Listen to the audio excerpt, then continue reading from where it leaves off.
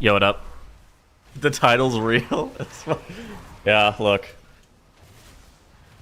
You gotta battle back. Sometimes you get sent into deep despair. What are you gonna do?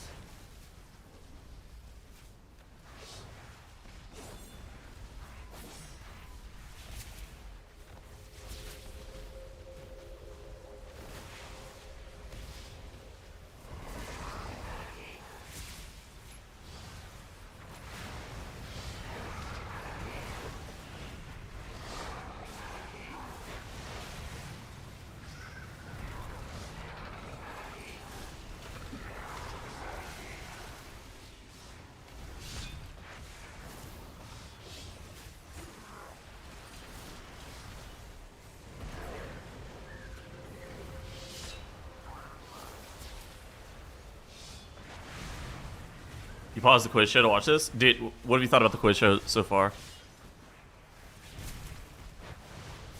This is last week for score? Yes. So cutoff happens on, at least on NA, Monday at midnight PST.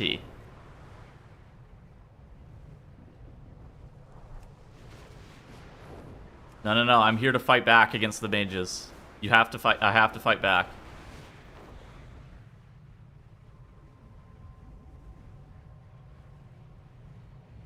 I'm still laughing that Squishy said easy. Bro, he goes, this shit's gonna be, he goes, this is gonna be easier than the last few. And then he, first question, he's like, what was the question? It was like something ridiculous. Like, within the first, like, round of questions, it was like, I'm trying to not spoil what the answer was. I remember what the answer is. I'm trying to remember what it's called. I'll call it like Lingering Shadow or something. Oh, the Rotmeyer ads? Bro, yeah, bro said Rotmeyer ads and I said, ha. All good. All good. I mean, some of that stuff wasn't bad. Some of that stuff I have myself sitting there thinking like, oh, he said this shit was easy?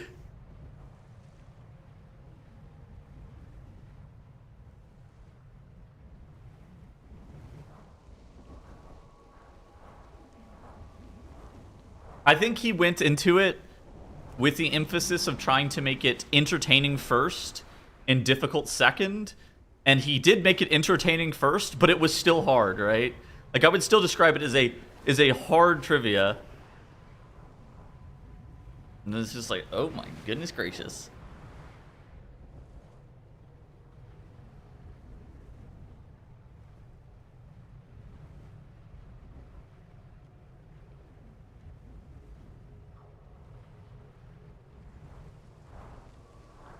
Yo, what up?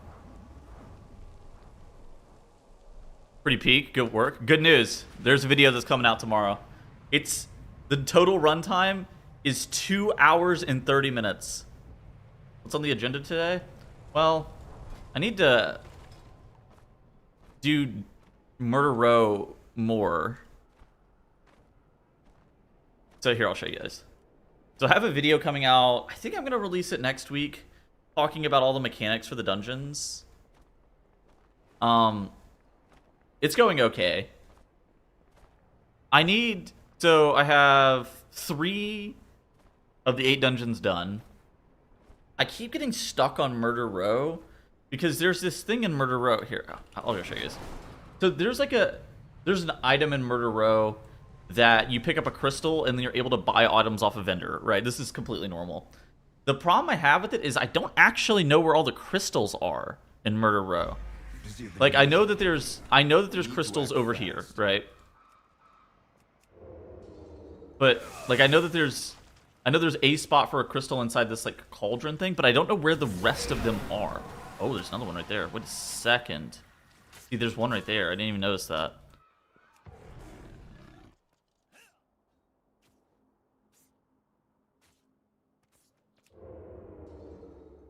one in the left room as well, right for the boss room.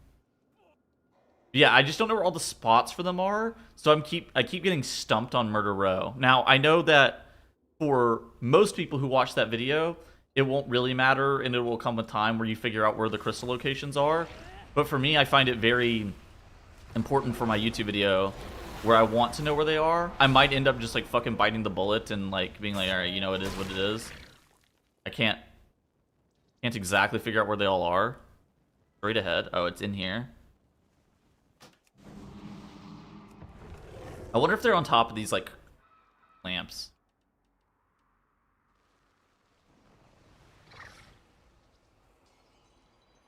But yeah, I might just bite the bullet and just get over it.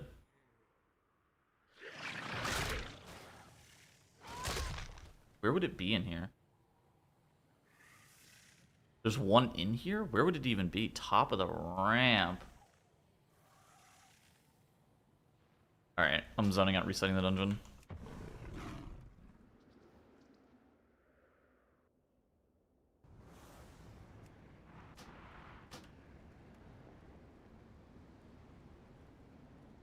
When you head out to LA again? On the 17th.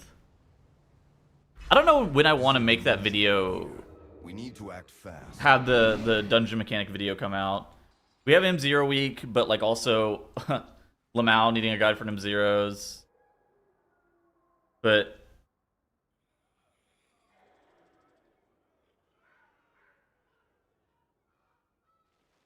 yeah, I mean they might have changed it. Maybe it's always inside of this room or something. I'm not 100% sure. Because like every single time I see it, it's always in this room. See, there's the crystal again.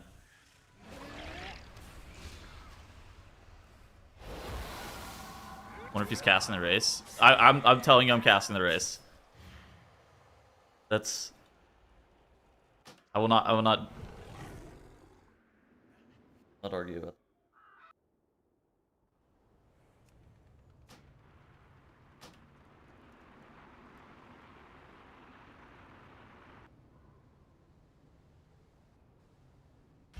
Oh wait, I didn't pin a message in my Twitch chat, did I? Fuck. I meant to.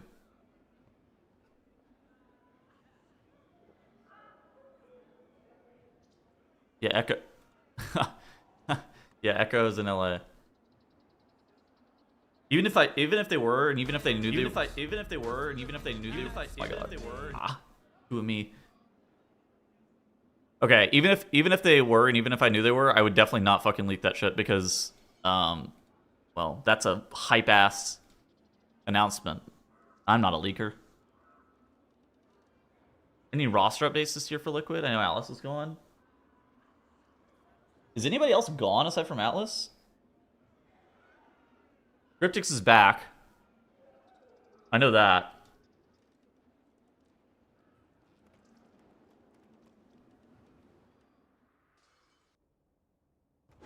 Pretty much the only change. Okay, that's what I thought.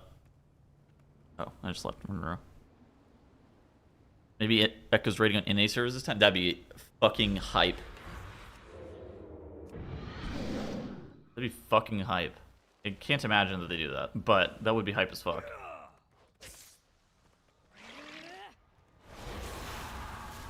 So the crystal's not in here, right? Okay, so where the fuck is the crystal gonna be? Oh no, it's right there. Maybe it's always in this room now.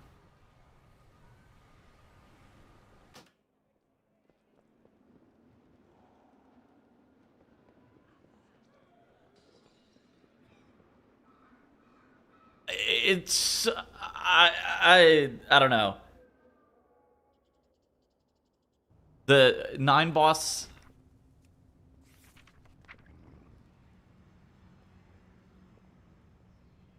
Yeah.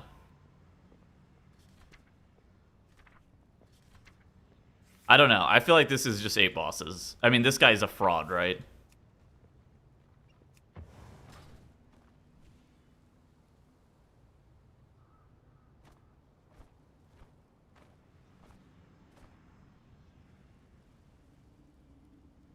Yo, good morning.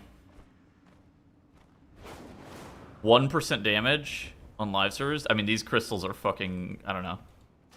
I think that there's like a known value on that.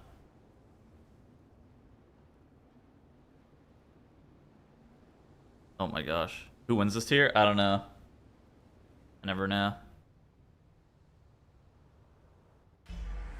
Blizzard's API changes. So what all do they do to their API aside from trying to give you better access to whitelist, blacklist buffs and debuffs? Crystal? Oh yeah, crystal. Okay. So maybe the crystal's always in this room? Because I've yet to see the crystal in the PTR not in this room. Maybe we should do this on Mythic Plus. You'll get a dungeon. I don't have Keystone. We'll take out the secret base. That'd be fucking hype, wouldn't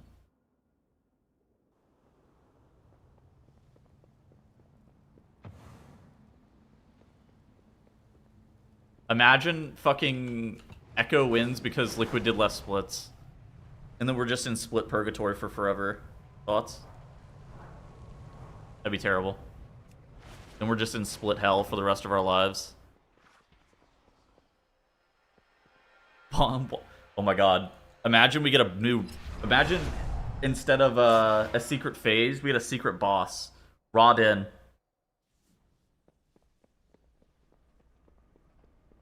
Rodin again.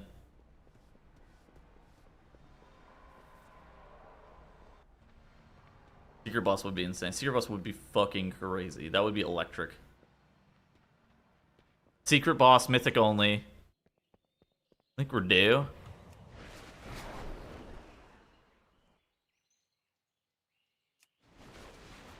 Ithics? Ithics. That sounds like Mike Tyson named a boss.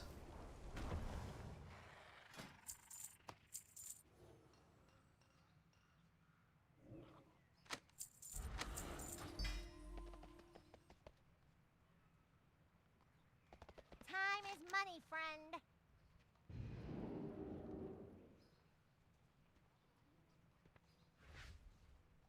Kanye song, bro.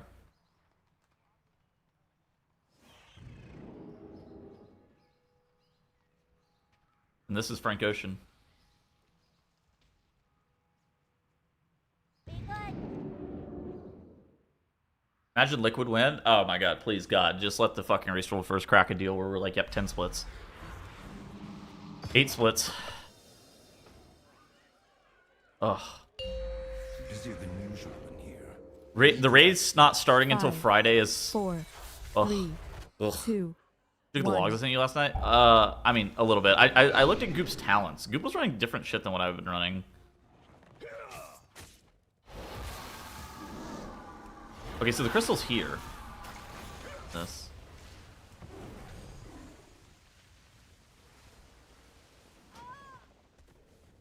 I was casting for Liquid. I will not announce who I'm casting for. I'll announce that I am casting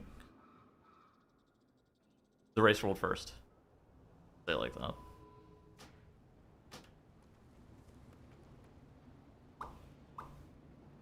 Blitz.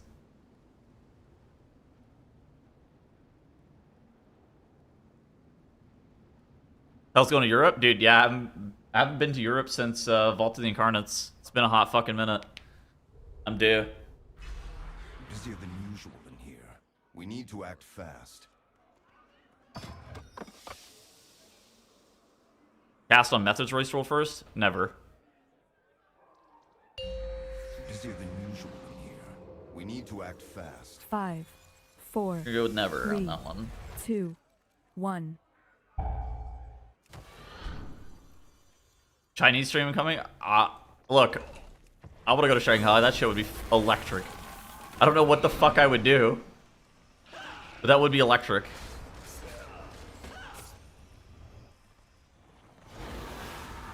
Okay, so maybe the crystal's always in the same spot.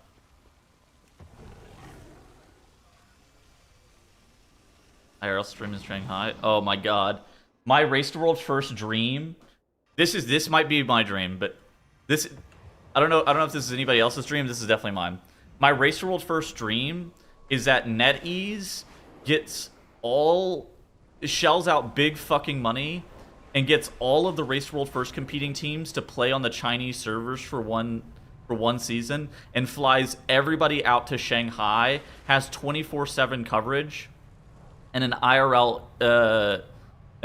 event for the Race World First. That would be fucking dominant. That would be like my biggest dream for the race ever.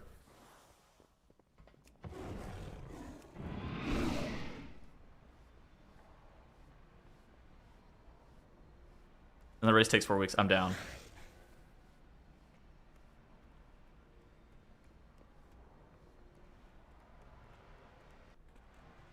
Chinese players will not help Liquid / Echo in splits. Okay. You're actually fucking right. Huh. I never considered that. That would be a big problem, wouldn't it? The Chinese region would not help Echo and Liquid with splits at all. Be quick. No, not the tournament realm, not the tournament realm. The tournament realm's cringe. The tournament realm's cringe, and I stand by that. What would you ask of death?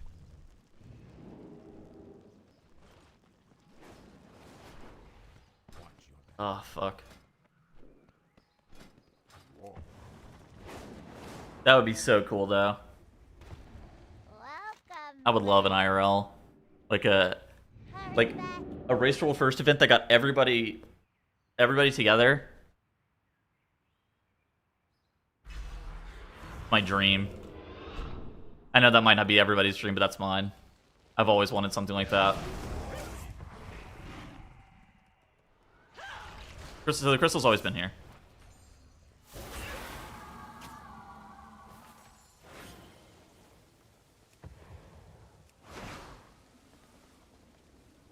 NetEase shills out even more and flies 200 NA and EU helpers to Shanghai as well. NetEase looks the other way as Liquid and Echo have to pay Chinese yuan to the helpers to actually get them to help. There's no sense of community or camaraderie. It's all about the yuan, baby. All about the yuan, baby.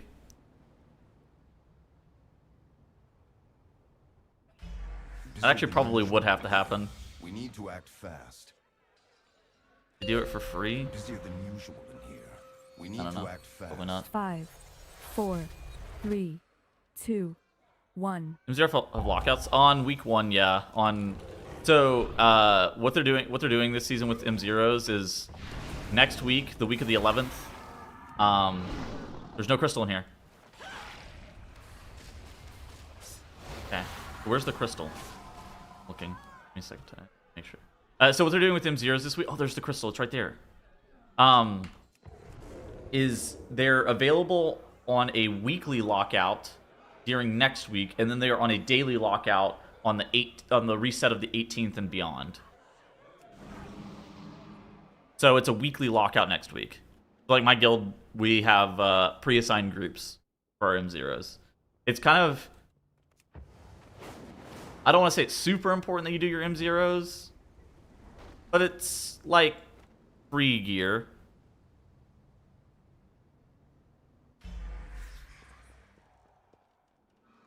Your title of stuff as well. Thank you.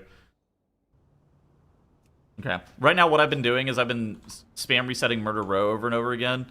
I make a video every single season about the dungeon mechanics, and I keep getting stunned on Murder Row because there's like a vendor item that's really, really important in Murder Row, but I didn't know.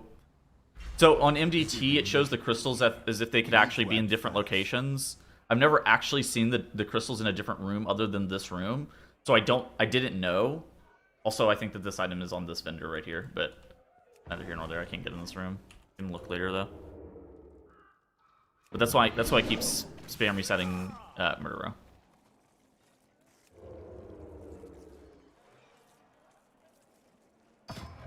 Why do M0s have a more strict lockout than M+? I don't know. Why does Mythic Plus not have a lockout? Busier than usual in here. We need to act fast. 5, 4, 3, 2, 1.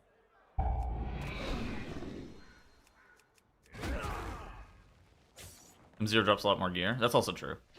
M0 drops 1 piece of gear per person, right?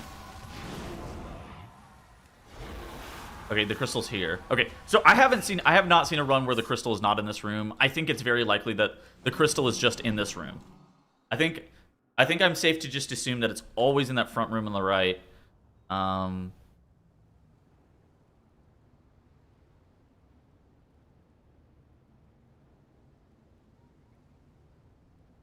Oh my gosh, Drek Torn gifting a sub. Thank you. I did not mean to do that. What?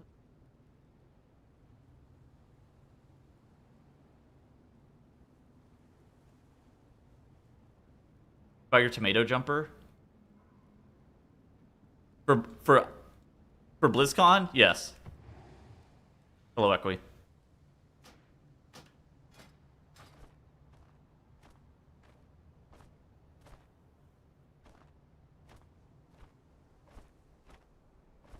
Is the item not in on normal difficulty? I mean, normal and heroic do different stuff compared to Mythic and Mythic Plus occasionally. So that's why I was doing it on, at least on Mythic Plus, right? Because it was different on, this season in Midnight Season 1. So they clearly have changed it.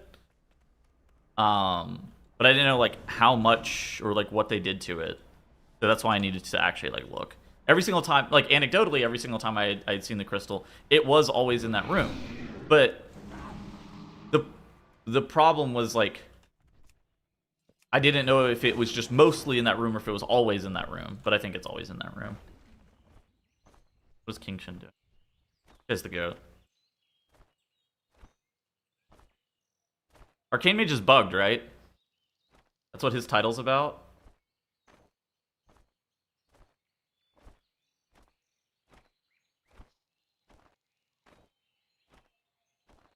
Bugged, yes? Okay, yeah, that's what I thought. Remaster Monk is the first tank I ever tried after your 0 to Hero. Oh my goodness. Dude, the 0 to Hero tomorrow is electric. What isn't bugged?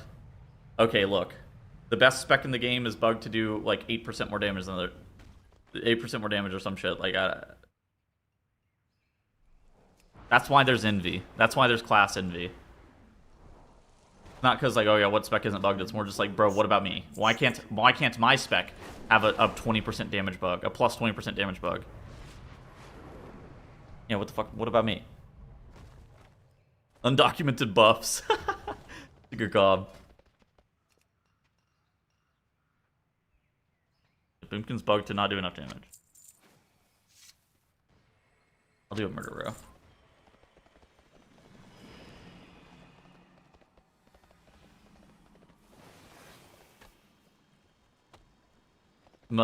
By a different department, yeah. Then you're demonology warlock, and you randomly go from being fucking broken to being like okay.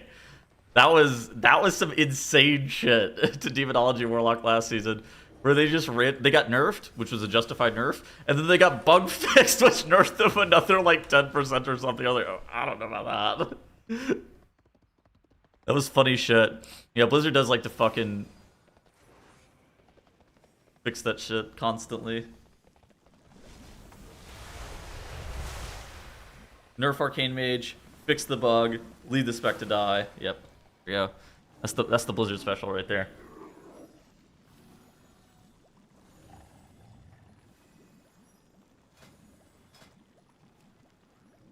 Oh, I should go get my bonus roll. Last time I used a bonus roll, I used it in a dungeon and got a piece of gear from a different dungeon. I want to see if that happens again. Because like last time I used it, I got Ruby Whelp Shell out of a Temple of Seth or something fucking random, right? Something like that. Valorant. Did you report that as a bug? I think. Pretty sure I DM'd somebody about that.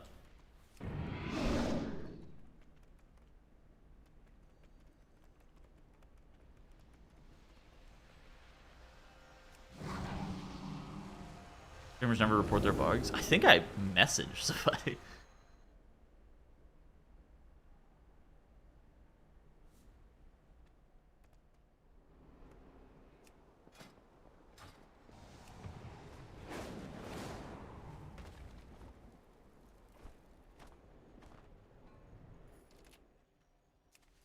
Can't catalyze gear from King's Rift / Ruby. Surely that gets fixed, right?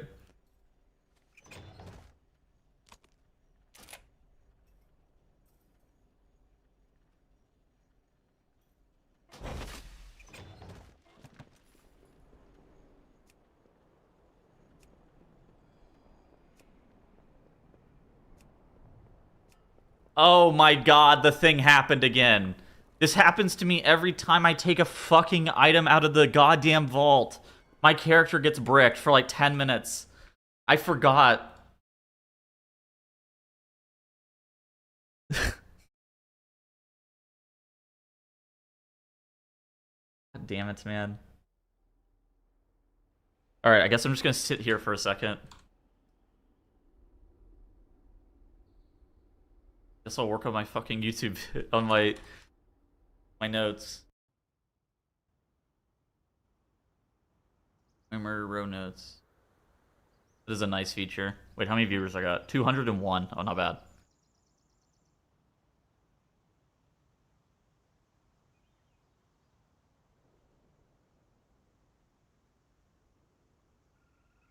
I did a murder row in this group, right?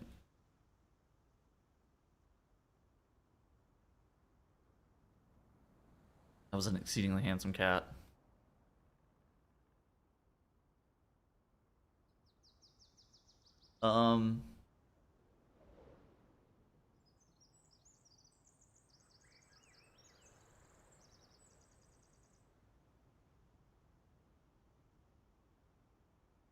Yo, what up? I mean, this first area of trash is pretty easy. Here, I'll swap the sides of the things.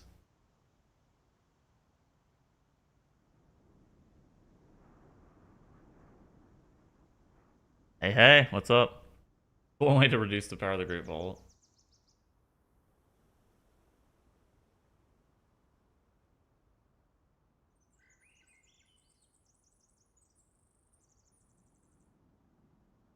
I mean, it's like the Captain Shield Bash is your tank. I mean, it's like a lot of tank damage, right? Most of this stuff is.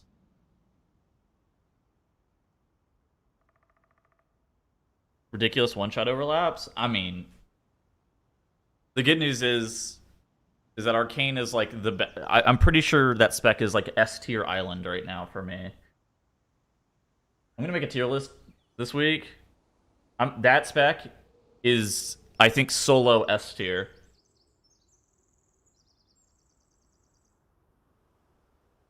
Warrior's also S tier. I actually don't think Warrior is also S tier. I'm pretty sure Mage is S tier island.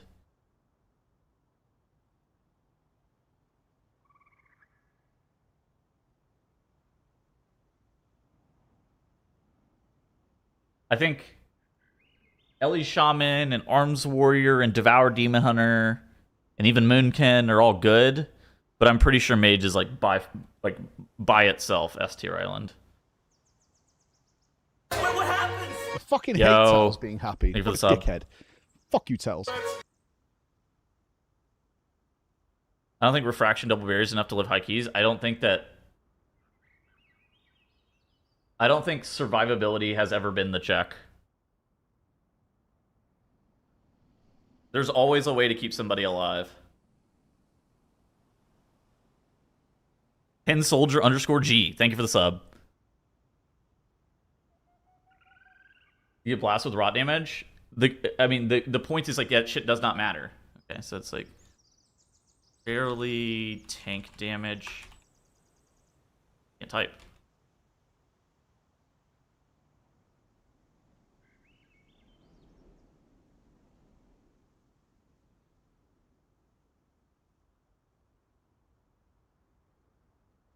Imps that do low amounts of group damage, not stopped.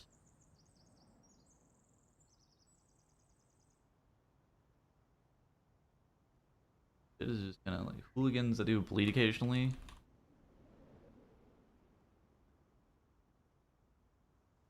Hard to have more than one squishy boy though. I don't agree with that. I think it's legitimately one of those things that like you will figure it the fuck out. Like we have played some really dog shit comps over some seasons. The only time that survivability would impede your class being brought is if you got spam one shot by, imagine like Noku defensive, right? The second boss in Noku, or the third boss in Noku defensive, that boss would slam down a one shot every 45 seconds, or like the last boss of a Taldazar or something like that. If you could not for whatever reason live the one shot checks, then okay, maybe your spec's not playable. But that's not how that works.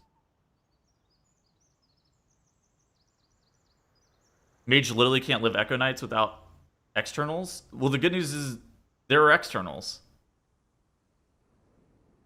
Augavoker can't live Echo Knights without externals either.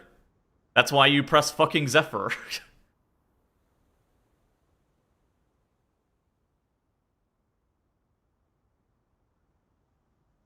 Yeah, you can LOS them too, alright?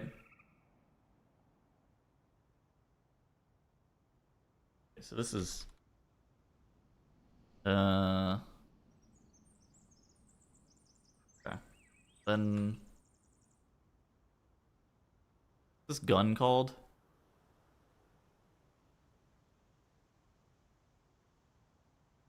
Concealed pistol. The American Special.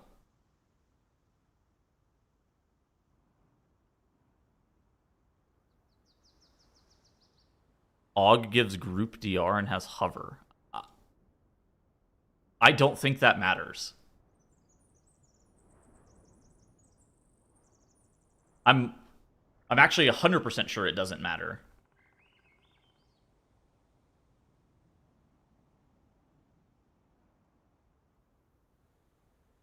If your spec does the most damage in the game, it doesn't matter that they can die. Battle res them and move on.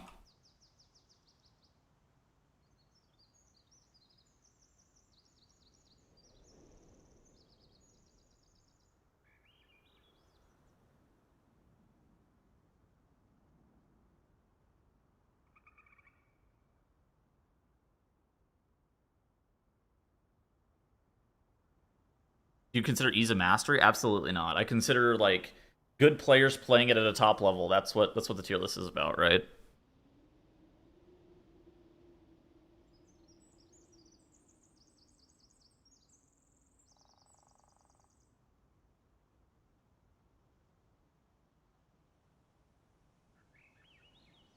Uh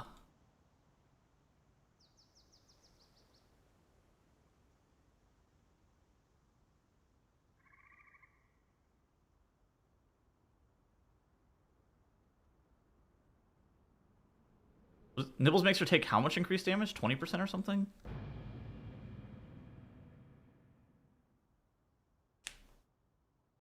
But yeah, no,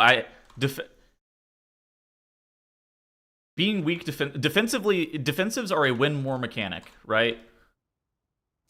While it is nice that a spec has really good durability, at the end of the day, if you can live everything with 1 HP, that's the only HP point that matters, is the last one. Get title in your Holy Priest? I got the 3400 title. The title of Dominant Mythic Pluser. But no. Hell fucking no. This 100% damage jam.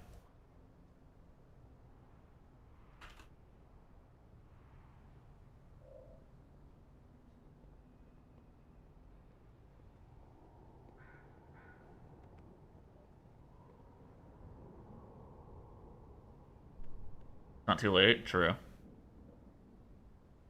You had a nice day off? Thank you. It was a day off stream. I don't know if I would describe it as a day off. That's kind of...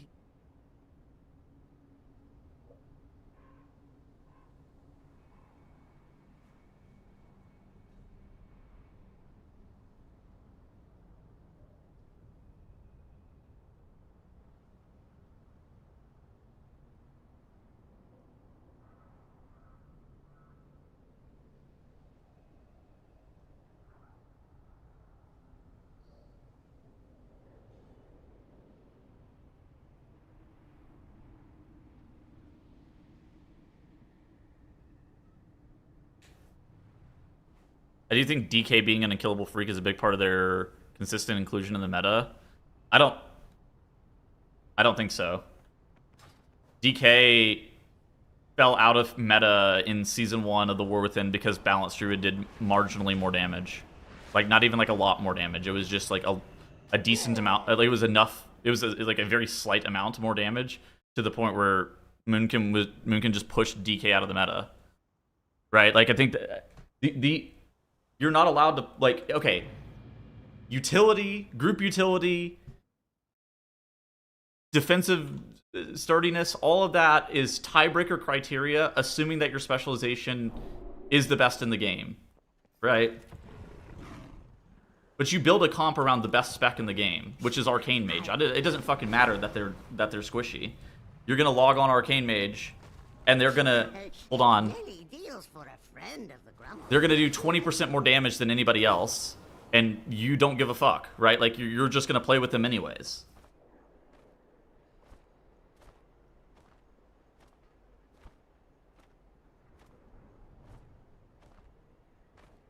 On Saturday. Because this shit doesn't matter, so you're just literally gonna log on them anyways. Damage. Right? Because you have LeBron fucking James doing... I don't even know what this is. 15% more damage than his group?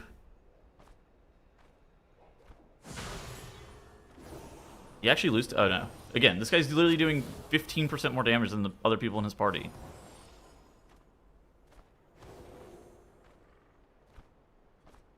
Like, this was close, and it's...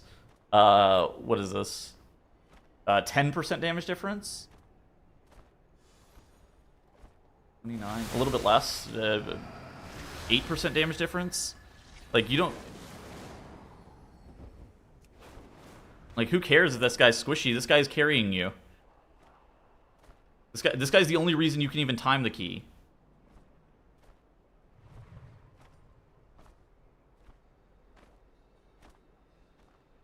Windwalker Monk is really good on AoE, particularly like the first couple of pulls of the dungeon, and a little bit lackluster on single target. Spec is great. Very, very good spec. Hey, Doug.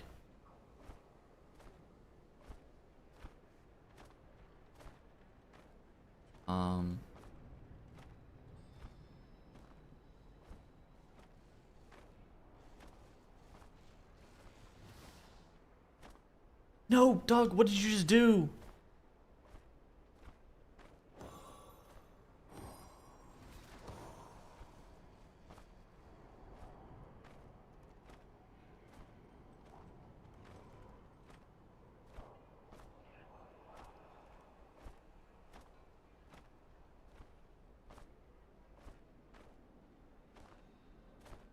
Arcane isn't even squishy anymore? Look, I mean, like, again...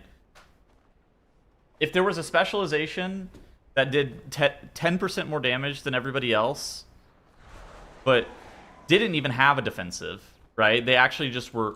They just walked through the fucking dungeon. You're carrying the corpse of whatever fucking spec that is through the dungeon. You will literally carry whatever piece of shit that is. Like, it's like the same thing with the Shadow Priest and the stupid-ass I can't talent...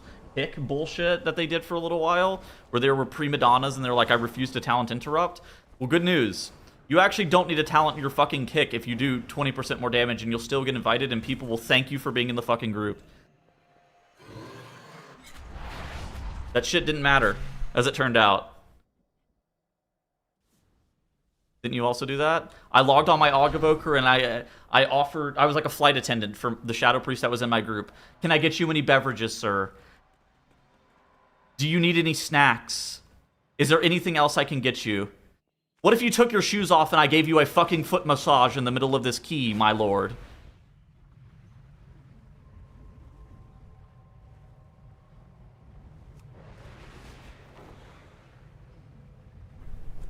I exist just to serve you as you windmill dunk the fucking dungeon. No, you don't have to interrupt. I'll do that for you. Oh, you don't want to press fear? Don't worry. I'll tail swipe on your behalf. Your globals are my globals, my lord.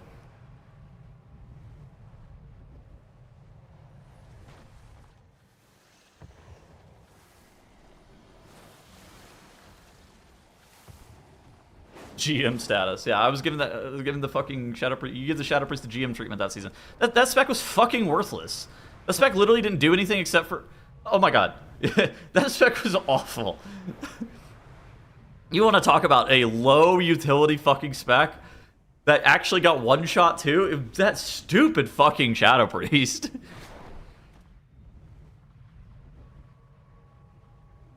It didn't even live either. Yeah, that's what I'm saying. Like, that spec literally... You were literally rescuing that... It's like Enhancement Shaman Season 1 War Within. I was rescuing Enhancement Shaman on fucking cooldown. Because they were the best DPS in the game. Like, this is literally all you do.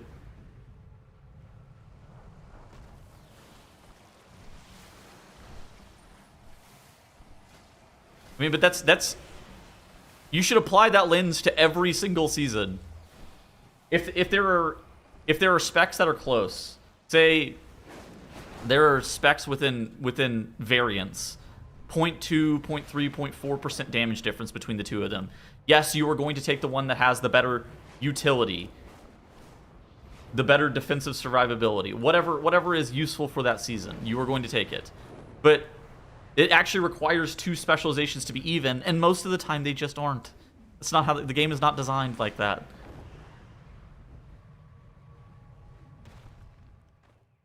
Squire airlift me to the next pack. Yeah, like... I don't... You rescue me so I don't miss a single cast. Look. Well, surely nerf Arcane? I have no idea. I don't normally base tier lists or projections off of what I think that they'll do, because Blizzard has a tendency to surprise me with things like nerfing Unholy DK and then unnerfing Unholy DK. And what else have they done? They buffed Destro Warlock that one season. That was really good. And what else have they done? They buffed Devour Demon Hunter last season.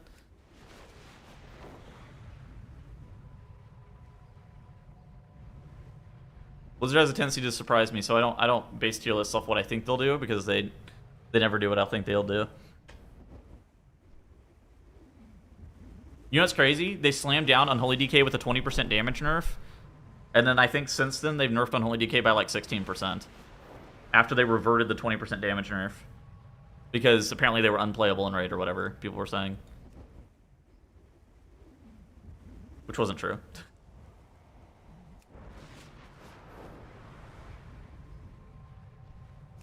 The Mage Tuner only watches Jang B, it's not getting nerfed. Oh, okay, so that spec's fine.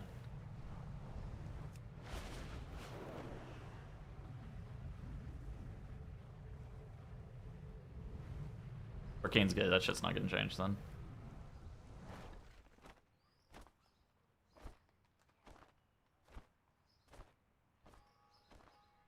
BTR for M0 week? Dude, you gonna be on the Liquid broadcast for the race roll first? I'll be casting the race roll first. I'm not gonna announce for who yet.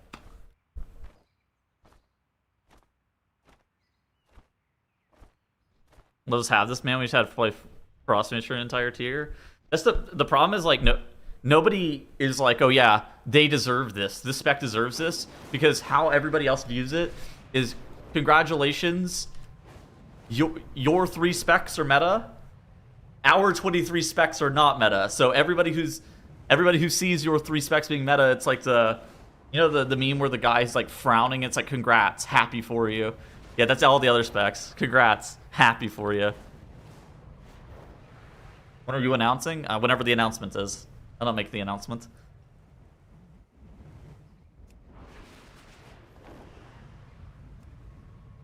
Can I help you?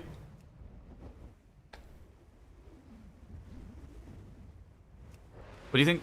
What dungeon do you think will be hardest next season? So far, I think the dungeons that have been the hardest, in my opinion, have been Temple and Blinding Veil.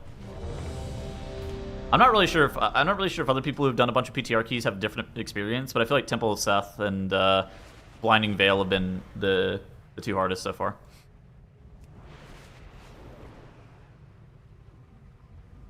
Not Altar? No, I don't think Altar's that bad. I think Temple and Blinding Veil just do a lot of fucking damage. Like, you just take, like, the reason that they're hard is that you just take a lot of damage in both of them. And then King's Rest, I think, is like the inverse, where King's Rest, you don't really...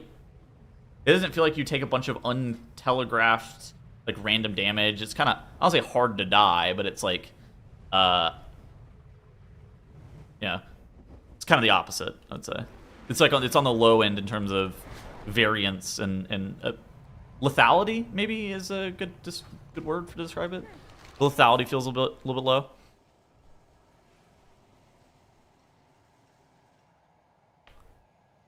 When do you think Blizzard will change resilient keys? I have no fucking idea. I think I'm resigned to them not changing them and just bitching on the bench whenever they piss me off again. We're due for no resilient rant for like a couple of weeks because you don't have to deal with them for a while.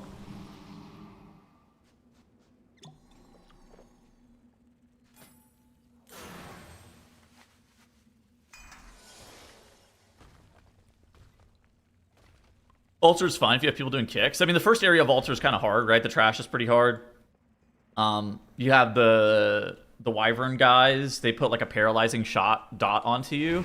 And then there's like the... I don't know what they're called. The guys who guard the totems. The commanders, I think, is maybe what they're... Champions? Something. The lieutenant mobs that guard the totems. They put a heal absorb on you every so often. And I think that there's a situation where if you pull the mobs... Chieftains. Yeah, whatever the fuck they are. If you pull them... at the wrong times, you can sync up paralyzing shots and the heal absorb and just get one shot 100 to 0. That first area is a bit technical, and I think the trash hits kind of hard. 3, 2, I don't think 1. it's as bad as Temple of Seth and 5. Temple of 4, Seth throws some blinding veil just at like a base 2, value though. 1. You enjoy PTR season more than the actual season? No, I don't like the PTR very much. PTR always is like when my stream does the best, and like I do a lot of PTR keys because I need to get information on the season before the season comes out, but like doing PTR dungeons is not something I would describe as enjoyable.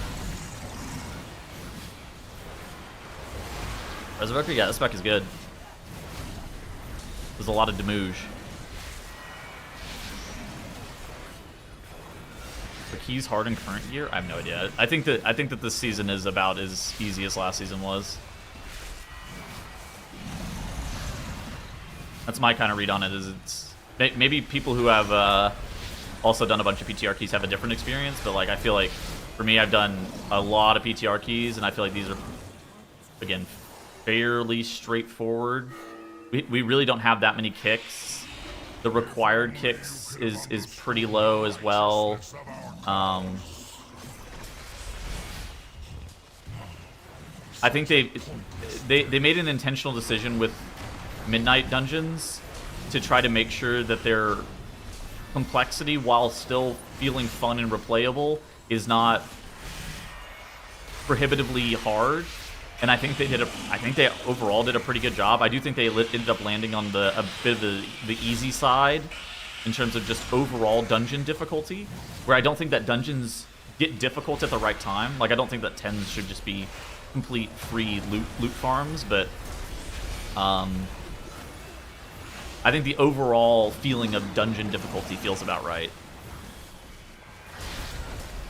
Need a Moonkin to wash? Nah, it's valid as fuck.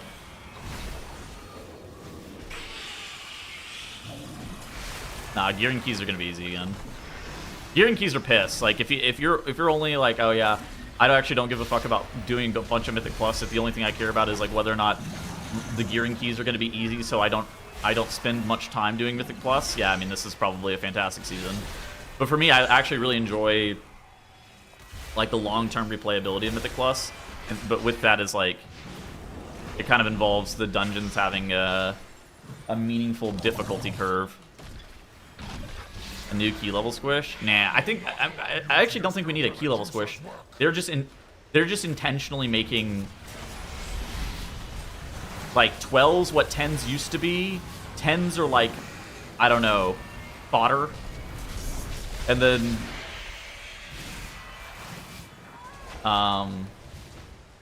then you don't start pushing keys until probably about 16, 15, something along those lines, right? About the time where you're getting the 3400 achievement. I think Blizzard has determined that they want that to be the pushing level where it's not too hard, but it's not like you're not doing a fucking easy key. And I think that's the objective with the systems. Obviously, I don't know this for certain.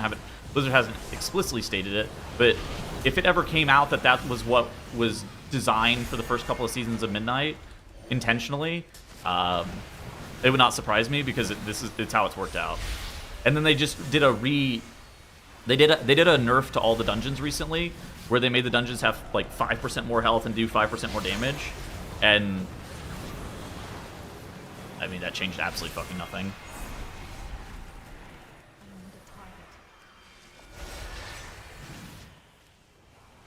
I think that they're trying to make the seasons feel similar in terms of like what a dungeon level means per season.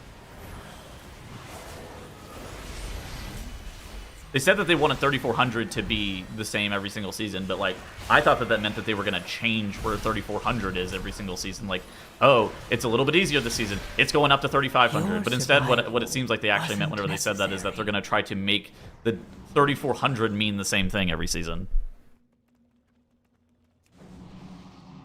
which is different. It's very different than what I thought that they were going to say, like what they were trying to do. Because like I didn't really, because it didn't read like that.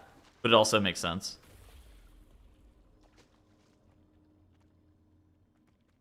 Could just play it out.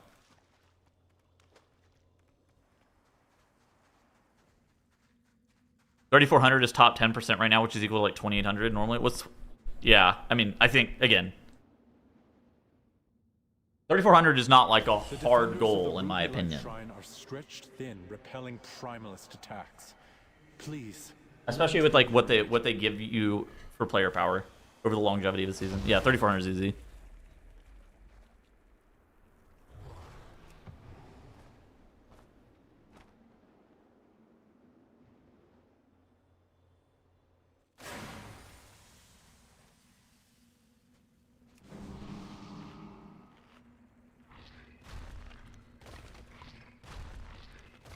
Like a 10 still. But that's the nice part about static level goals. So there's this thing with floating goals, like the 0.1% to the 1% title, right? Whenever you have a floating goal, it's like a season-long grind. Where if you have a static number, 3, the 3,400 achievement, whenever I did it on my Holy Priest 0 to Hero, that was like top 1.5% of the player base, right? It was over 3,400 at that point in time. So most people were not over 3,400. But now 3,400 is quite easy in comparison. And so like I think it has like a scalable difficulty that for lots of people can be quite easy, but for some people if they want to push themselves, they can try to do it earlier in the season. And that's something that's kind of nice with a static goal. Now the annoying part about the static goal is that it doesn't create like long-term replayability. It's like a one-and-done kind of thing. Which is why you actually need a good balance of both. Like static difficulty goals and long-term goals. But yeah, I think 3,400 is absolutely a success. This shit fucking rules. You think they'll send out titles next week or the following? Normally they take like 4 weeks to send out stuff. Send out seasonal rewards. Yeah. It's normally like 4 or 5 weeks.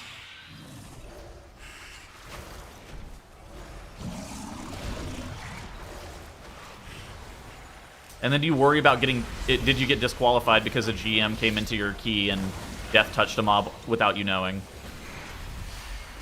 Because that's always something that could happen in the Big 26. And if that did happen to you, then you're complicit. And you should have your rewards revoked and stripped.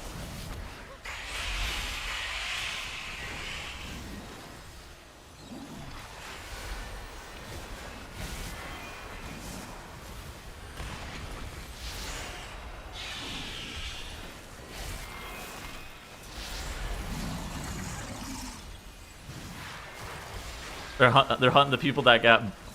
Oh yeah, and if you ever bought a boost as well, they also automatically disqualify you. That's why they take 5 weeks, because they're going on a witch hunt, trying trying to determine who was boosted, and even if you weren't boosted in a sale, if you actually played with your friends who were slightly too high score for you, then they also disqualify your ass. And if they arbitrarily determine that you abuse the resilience system too much as well, they also disqualify you.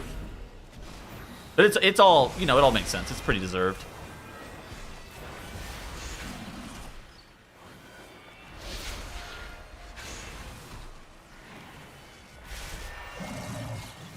How do you abuse the resilient system? Well, if too much of your score comes from resilient keys, that's resilient. That's abusing the resilient system. As determined by me, of course. I make the rules on an arbitrary scale about what's abuse and what's a reasonable amount. And a lot of it actually has to do with how much of the resilient system did I use that season. It's like Goldilocks.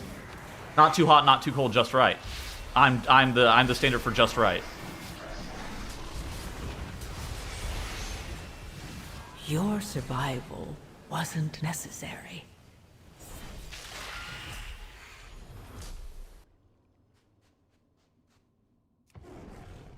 Resilient fraud, like tax fraud, but worse. Yeah. I think on Monday I'm gonna log on live for the first time in forever and give the streets the 21 resilient that I have. Try to help people get the last couple of keys that they need for their 1% to achieve. Repelling primalist attacks. Please. Your chat being covered by your actual chat is so good. Yo, what up? Yeah.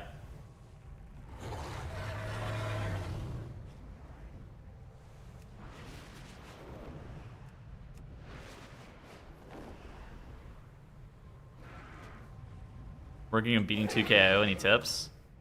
I think you just have to try.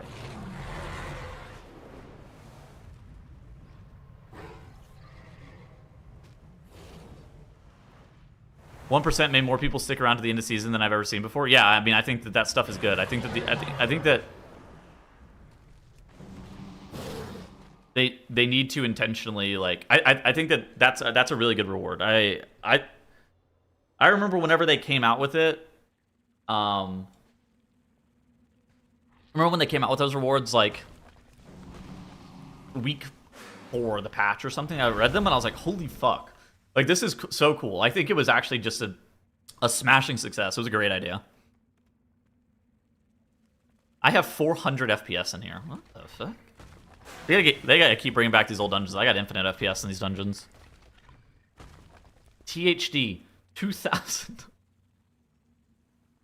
Bro got the catalyst charge and goes, that's enough. That's enough, Mythic Plus.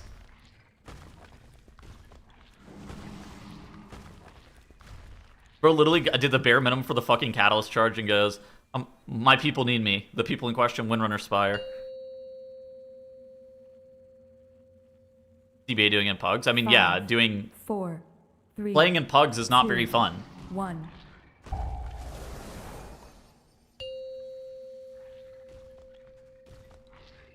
Five, 4, 3, 2, 1.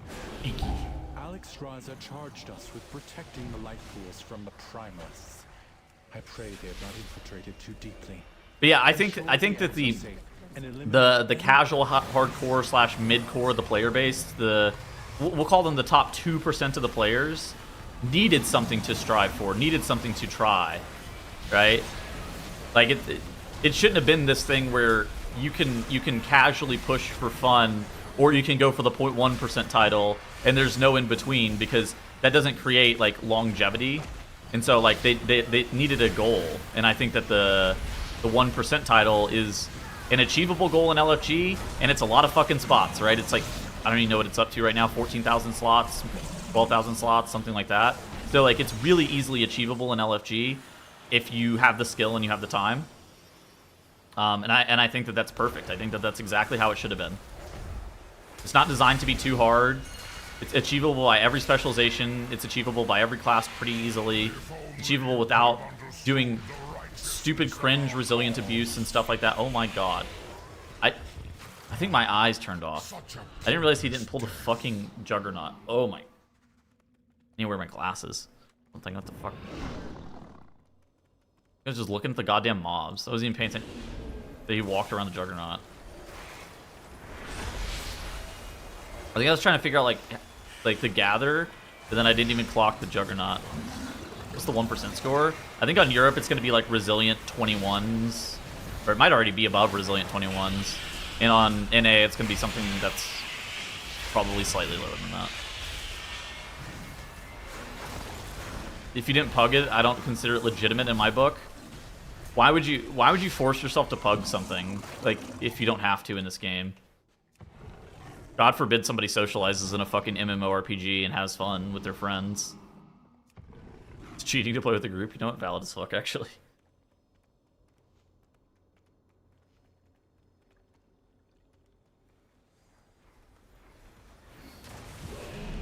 Fuck is a friends, I yeah. simply wish you had lasted a little longer. Hate themselves and hate other people. I think that's just that autism inside of all of us, right? Yeah, the real world first champion was Hot Pot Hero. They had a pug in their raid. The defenders of the Ruby Life Shrine are stretched. So they were the real race world first champions.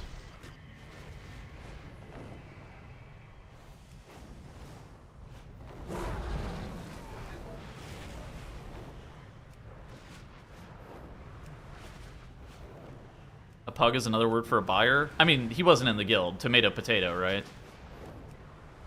They're about the same. Yeah, that was a pug.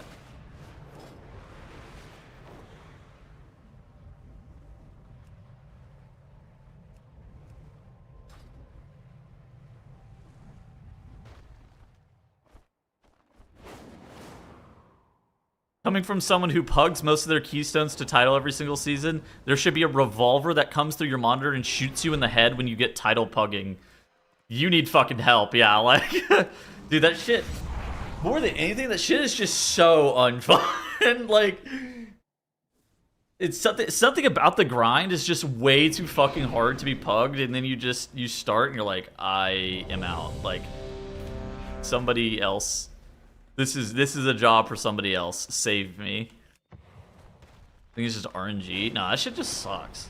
Like trying to do 23s in a pug is fucking miserable, man. Like I don't even know what your success rate is, but it cannot be good, nor can it be fun. And I bet the satisfaction you get whenever I bet whenever you actually time a dungeon, you're not satisfied. Instead, you're like, oh, thank fucking God, the sweet release.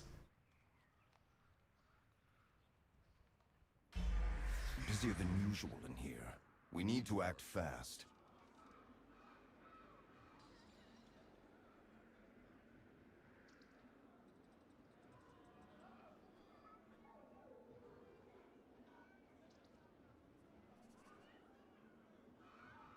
Is Versailles north? No, it's south of Paris, isn't it?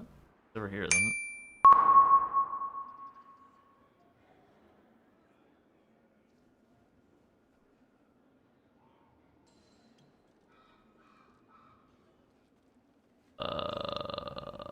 Fuck. Oh no, Stockholm's on the other side. Fuck.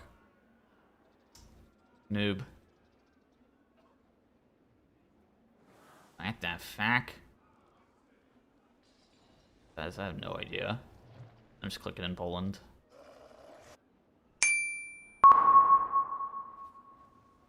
Okay.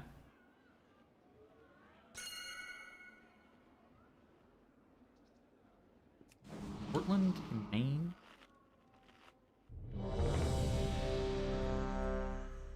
Portland.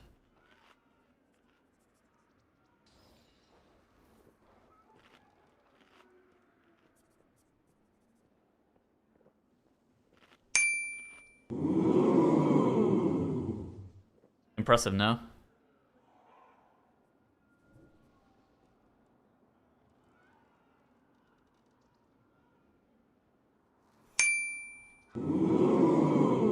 I might be the GOAT.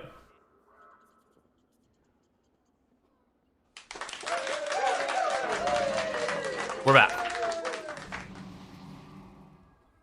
What's your EU heritage? I have no idea. The Pales. The palest of people.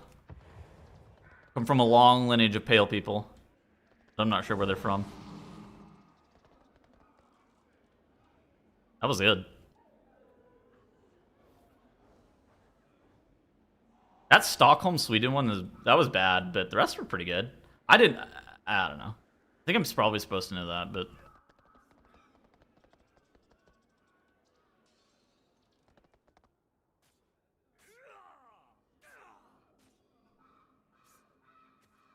Not bad. If it wasn't pugged, you have to put an asterisk over it? Oh my gosh.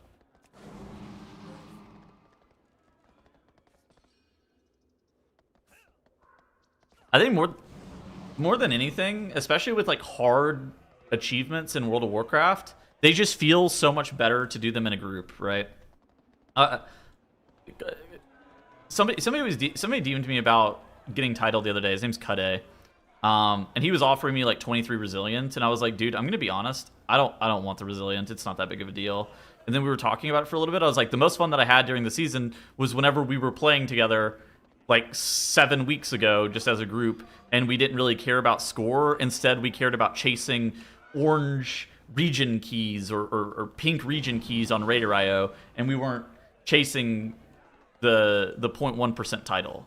Whenever you like, especially with those with the highest level reward, the reward is fine, but the reward is not like the reason that you put in hundreds of hours into pushing keys. You put in hundreds of hours into pushing keys just because it's fun, right? It's fun playing with your friends. Oh my gosh, love the bench. This week's episode was a little bit unique. Hope you guys enjoyed it too, though. Blasting early season. Mid-season pushing is some of my favorite. Where things are kind of refined and people are trying, but yet you can still like, you can get like a pretty big edge over the rest of the competition if you're like really on top of your shit. Not the best for audio only. Look.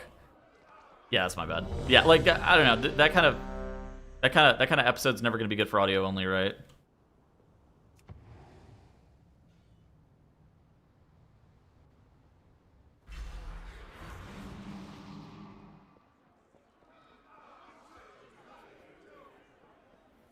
TVs? Oh, hell yeah. Yeah, that's fun. Fun up. The good news tomorrow as well, if you guys need more content to definitely have on your second monitor while you're certainly working. I have a 2.5 hour Holy Priest 0 to Hero coming out tomorrow. 1. So,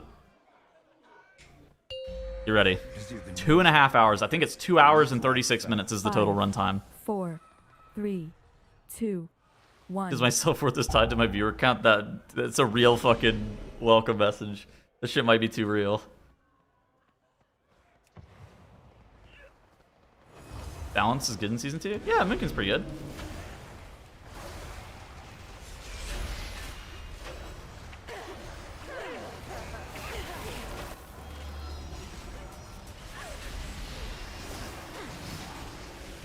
Oh my god, I got power infused. Infused! Oh my god! Starfires rain from above! Malfurion, take control of my body! Use my body as your sword, my lord! Infinite damage pulses through my veins! The Scythe of Elune burns its enemies at the beck and call of my Starfire cast! It's time! Velen, thank you for giving me such insane power! Elune thanks you.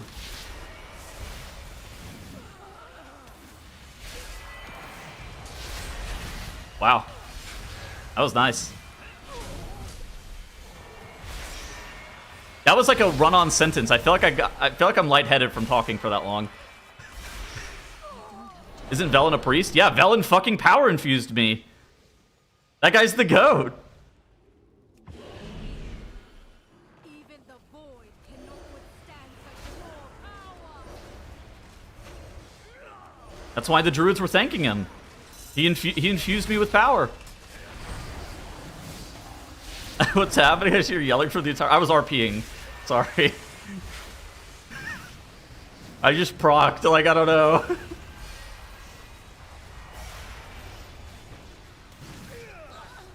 Your autism's hitting new levels? No, my autism's been at this level for a long time. Look, this is why during the middle end of a WoW season, I take a decent amount of time off of like streaming and making YouTube videos, so that way I can bank up energy and passion for the next season, so I can show up and RP as hard as possible. Rock the big tism. I was born with that, I think.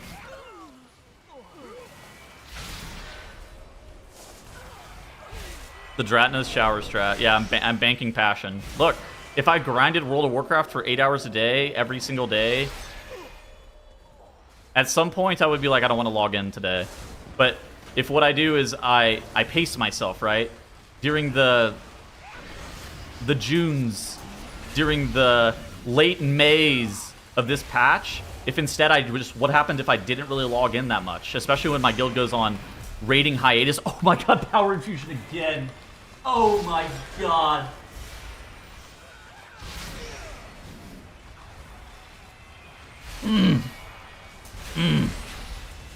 Then I show back up reinvigorated.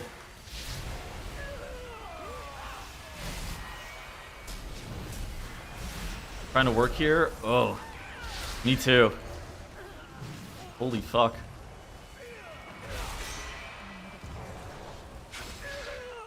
I'm getting my work done. You would have a decent following and be able to fix your basement? Do what it takes Dude. to defend yourself. I won't talk about it. The basement shit is just infuriating.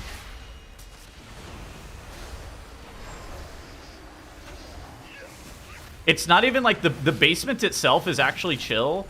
Anytime I have to deal with my fucking insurance company, I think it gives me like heartburn. It just like stresses me out, and then I can't sleep, and then they just make me really fucking mad.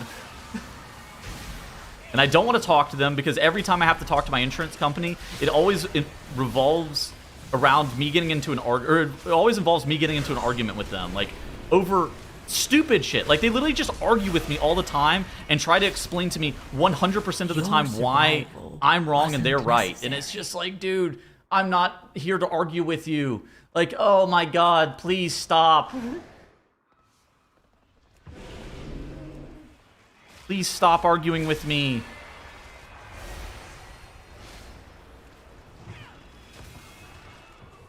Dude, I had some guy tell me that if I didn't pay this $10,000 bill quick, that they were going to put a lien on my house, and I unironically told him to shut the fuck up and stop threatening me the other day.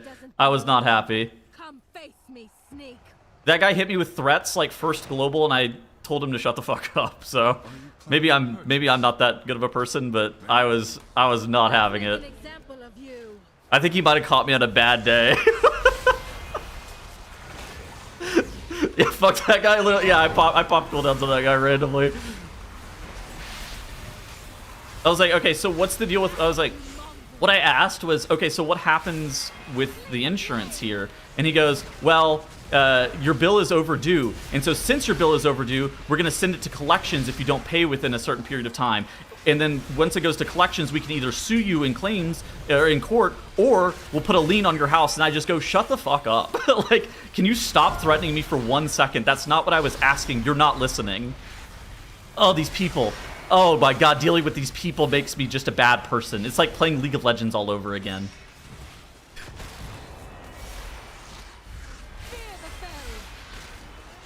Ugh. I don't know if I've ever talked to somebody like that, but he made me furious.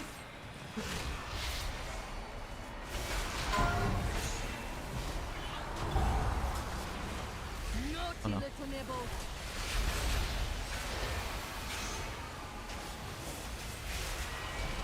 Tell him to play in traffic? No, I'm not gonna tell this guy to kill himself, but I did tell him to shut the fuck up. It actually, I think I stun locked him a lot. Like, I would say a little bit, but a lot of it actually. I think I stunned him. Oh my god, are we gonna one-face the boss? Oh my god! Wow, that weapon is OP! What the fuck? Guys, is mage broken? What the fuck is that spec? Use the disguises and find the goods.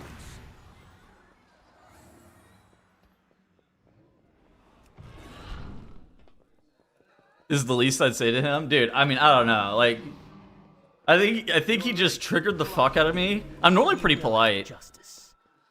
And by normally, I mean, I would describe myself as like a pretty polite person, just especially to like randoms. That guy just struck a fucking nerve. Yes. Stay Like something about the threats about putting the lien on my house, it just like infuriated me to the point where I just had to hit him with it. I was just pissed. Like, dude, I just like randomly got airdropped a $10,000 bill, and you're threatening me about putting a lien on my house. Like, this is like a bad day for me, and now I'm getting threatened. Like, I think that's what happened. But I was like, oh my god. New webcam? No. Was just a phone call. It was successful though. Got him to stop threatening me immediately, and then he threatened me in like one email later that day, and I just read it and I just laughed. I was like, you were actually just a humongous piece of shit. These people threatening to send me to collections is just gonna haunt me forever, I think. Perfection. Hey, Streamed it. you're getting excellent exposure from this. Who are you? Who gave you access? I just don't like being mean. Oh, my mate. Or no, my demon hunter's dead. Who's this guy? I can't even battle this.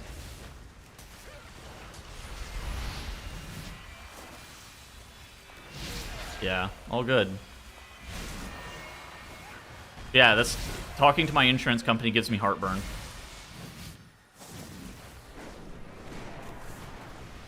I have to do everything.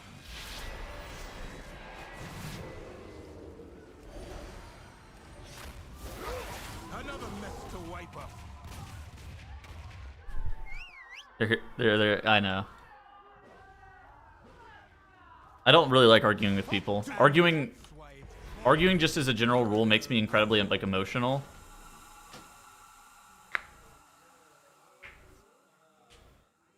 Like it takes my natural state, which is like not that emotional, and it like if I ever have to argue with somebody, it just brings me up to a 10 almost immediately in terms of like feeling super emotional or like emotionally charged. And so then it's like yeah, makes me react in ways that I normally wouldn't, I don't think.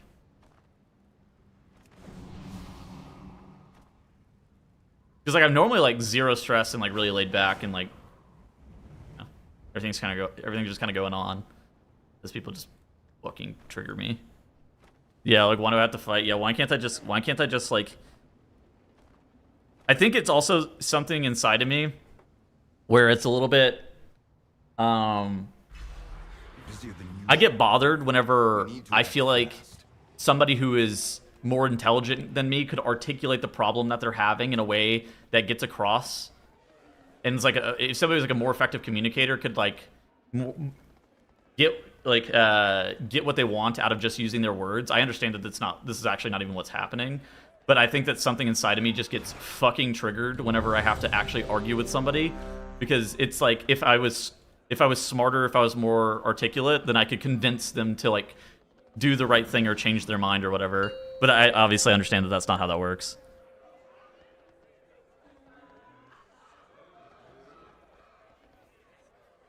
Uncle Rico cut? Yeah, what up? 5, 4. Dude, it's only a matter of time before I start looking like the Beast Titan again.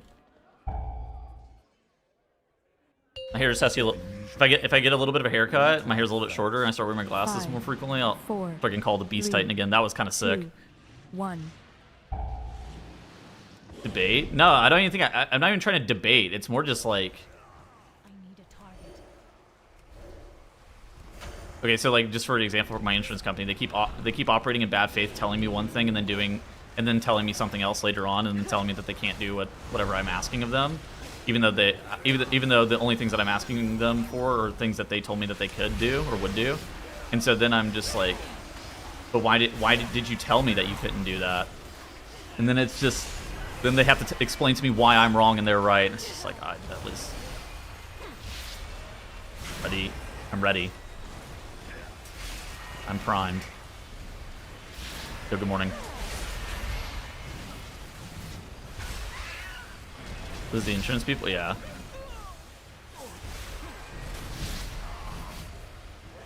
You look at younger Zeke Yeager. I know. Look, there is a time where I wore my glasses regularly, And I kept getting that comment on fucking YouTube videos. That was funny shit. They're like, this guy looks like the Beast Titan before he transforms. And I read that comment. I was like, holy shit.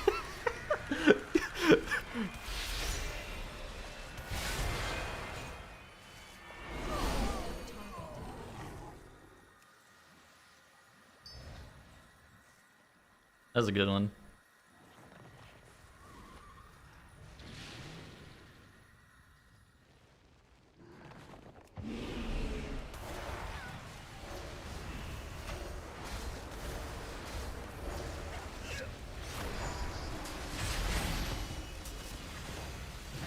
Dude, I started rewatching Attack on Titan, maybe like last week or something. I never actually finished that show. So I just remember making it to like the last season, and I made it through like a couple episodes of the last season, and was like, the show's not doing it for me anymore. But I can't. I'm probably 20 episodes deep, and I can't figure out why I stopped watching it. But I'm sure I'll get to that point eventually.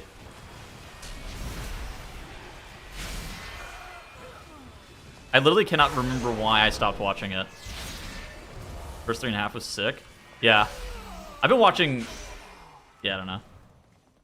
I go through phases with anime. Like, lately, probably within, like, the last, like, 6 months, I've been watching so much anime. But then I'll go, like, 5 years without watching anything. But lately, I've been absolutely just slamming everything. My girlfriend and I just watched, Wisteria Wand and Sword. That show was pretty good.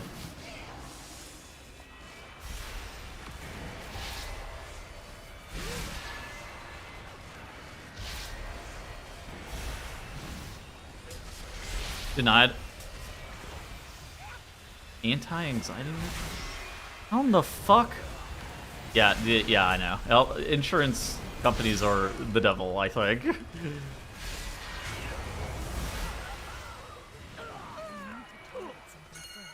The Levi versus the Beast Titan scene lives in my head 24/7. Dude, that show is just good, I think. Every character gets ruined. Maybe that's what it is.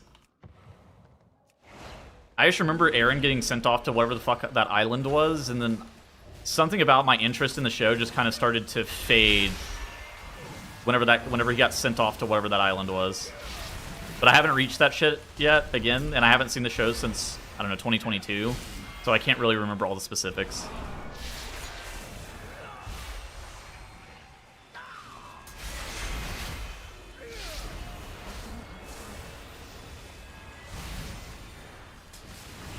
I rewatched Tokyo Ghoul like last month, and I gotta say, that show is a lot worse than I remember it being. I don't know what the fuck was going on with season 3 of that show, but it was not very good. They fucked up that show.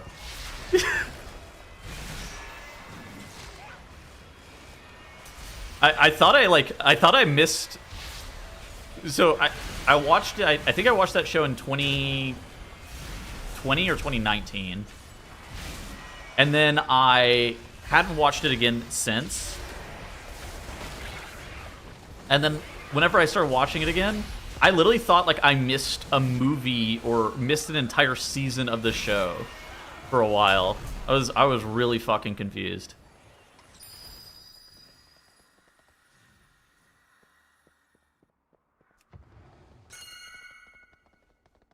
They're gonna interrogate the snitches. I'm gonna go get the thing. But more than anything, it literally just felt like I like missed a season or something random. Poking your nose where it doesn't belong. Come face me, sneak. Then I just never do.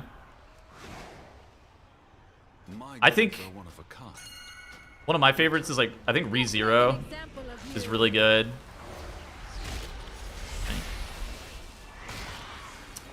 I don't know if you've never watched Demon Slayer, you should watch that shit. That's probably my favorite anime. Apothecary Diaries has also been really good. That's kind of new. All of those are like really good. I fucking love ReZero. I feel like that show is fantastic. Mid Slayer, dude, I like Demon Slayer. I don't know. I don't understand why it gets kind of hated on a little bit. I think that show fucking rules. Freerun, that show's good too.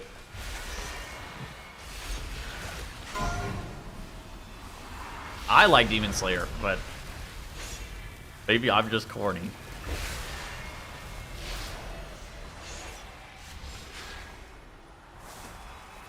Only popular because it's pretty. I mean, it definitely has the best animation, and I think that's sick. I actually think it has really good characters too. Demon Slayer. I think the character building in that show is pretty good. But I also, whenever I watch TV shows or anime or whatever, I don't really sit there and try to critique things. I just sit there and I'm like, am I enjoying this?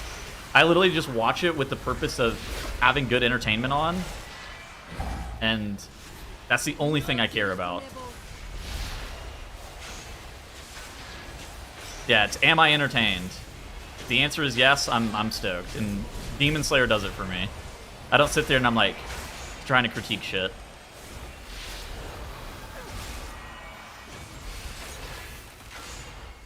Nibbles, give mother a taste.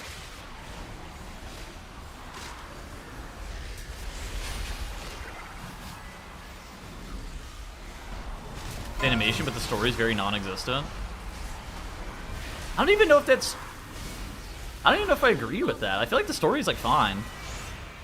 Sure, it's not the most like plot-heavy show I watch, but I feel like the story's fine, but maybe it's just me.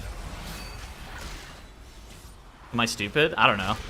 That's a 2.5 hour long video. I don't know if you're stupid.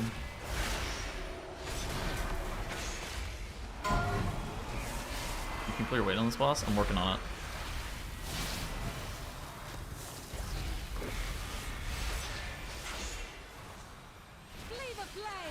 I don't know. You tell me. Did you enjoy the Zero to Hero video? Also, I appreciate your support. Naughty little Nibbles. Was ever blown away by the story? Yeah, I mean, I think that's probably true. I never sit there and watch an anime and I'm like, holy fuck, this story is just... This should be adapted to a film or something like that, right? Well, it's just a dungeon. I've never seen the show. Is it worth watching?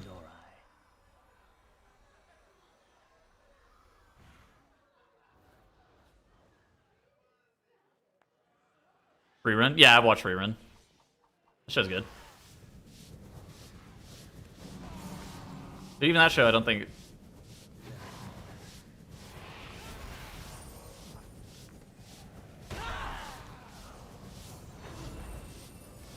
Full Metal Bro. Okay, I started watching that again. Probably, I think I watched that again like a year ago. I think the first time watching it through was... I enjoyed it more than the rewatch.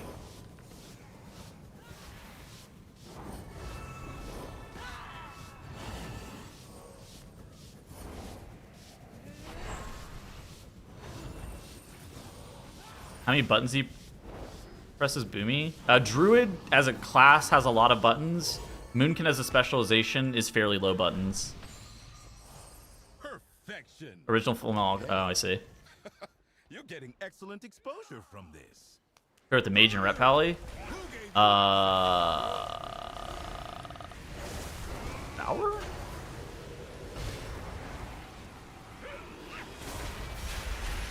Hour's really good right now. I don't know. It's probably just whatever you want, man.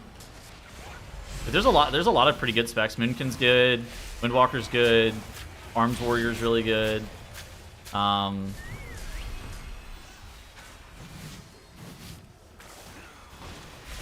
Elemental Shaman, that spec is fantastic right now too.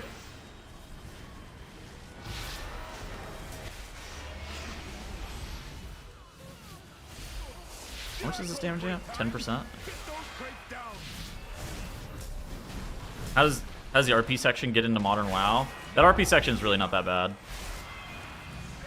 I thought the RP in City of Threads was much more egregious, frankly. The RP section in City of Threads is way worse. You deserve, and that's That's why it's called Murder Row.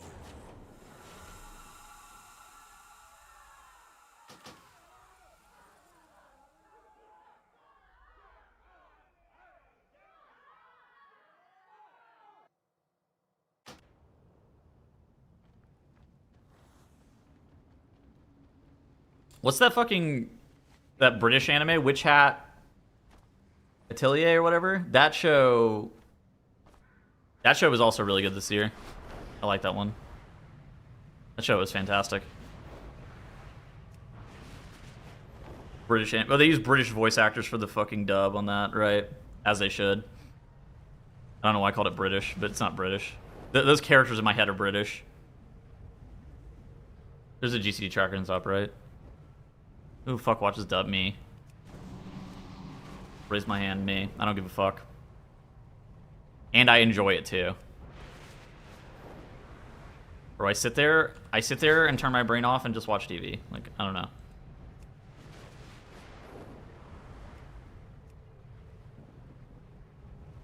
Left on a solid cliffhanger? Yeah, that show's good. Shangri-La Frontier? That show fucking rules. That show reminds me of classic World of Warcraft. Oh my god, that show fucking bangs. Oh my god.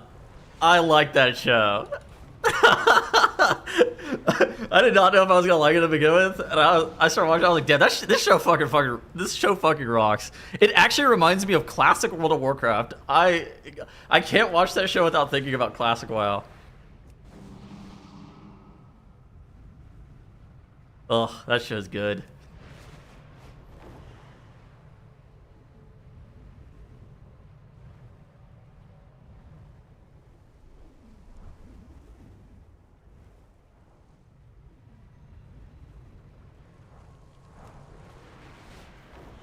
The new season of that show, I think, comes out in early 2027.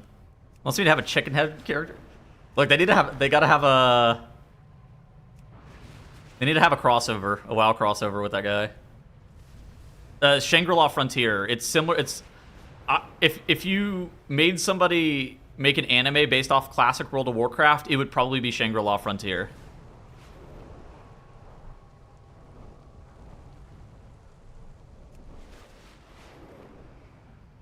It's actually good. I like it. I like it a lot. I don't know if like very few anime like do I sit there and I'm just like happy to watch it. Like most of them I just enjoy, right? Like I just enjoy it. That one I actually was like really happy watching it. I was like, holy fuck, this show is fun.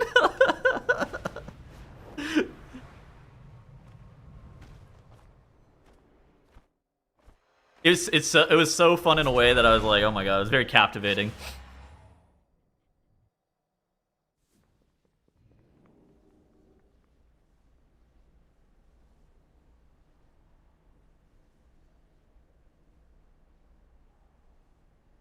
That show in like I watched Solo Leveling and Shangri-La Frontier back to back, and I was like, holy fuck, this is peak.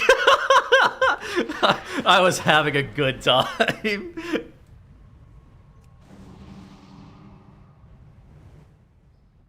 Mid-level. I like Solo Leveling too. Dude, God forbid I just like watching shows.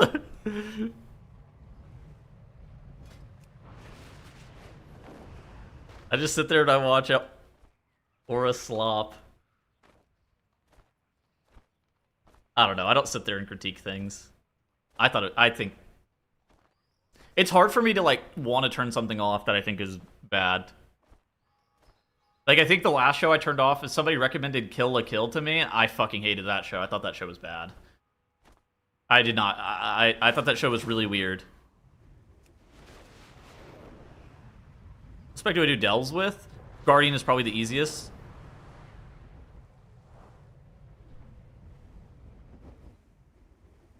This guy loves game UIs in his anime. Dude, I need a HUD. What do you want from me? Bro didn't get Kill la Kill. Dude, whenever that girl started getting like built up by her teacher or whatever, I was out. Something about that show made me really uncomfortable. I was not feeling it.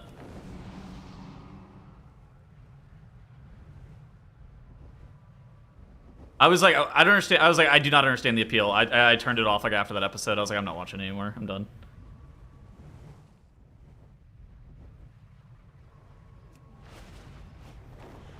I also don't really like stuff that's like overly sexual and crude. That's not really my style.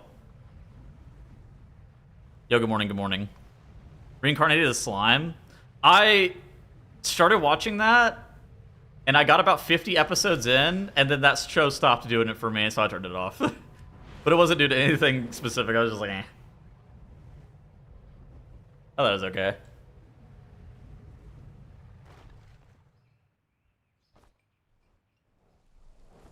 Way more insane in the second half. The first half was fucking insane. Like, so I don't know how it gets more insane. Meta predictions for keys next season? I don't know. I can tell you what's good on the PTR right now. We're giving you a meta prediction. I mean, right now the best tank and the best healer is Blood Decay and Holy Paladin for Mythic Plus, and then the best DPS I think is Arcane Mage, and then you'll fill in the other 2 slots with good stuff, right? So the other good specializations are like Elemental Shaman, Devoured Demon Hunter, Arms Warrior, Windwalker Monk, Balanced Druid. Those are all good. But Mob Psycho? Yeah, I like that show. Show's good. Holding Alme? No, I've never seen that show. Is it different then? Oh yeah, no. I don't know. Mage tanky enough next patch? It's always gonna be tanky enough. The Judge Cams after Dark Feed? Dude, the Judge Cams shit, that's... Judge Cams... Wow. This is... I thought... I don't want to say I did a bad job during this. I think I was certainly getting carried. I was certainly getting carried by the people that I was working with on this.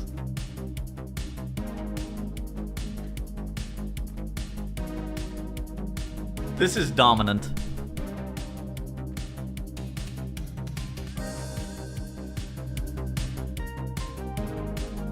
Dratnos is litigating for a depleted key. Tettles claims it was a stinking healer's depleted key, not his. Everyone all rise for the Honorable Judge Liquid Cams presiding.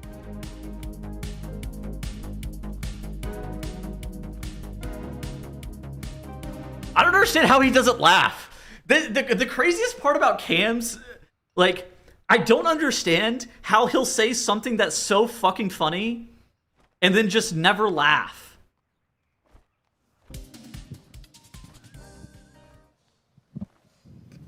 He's too good.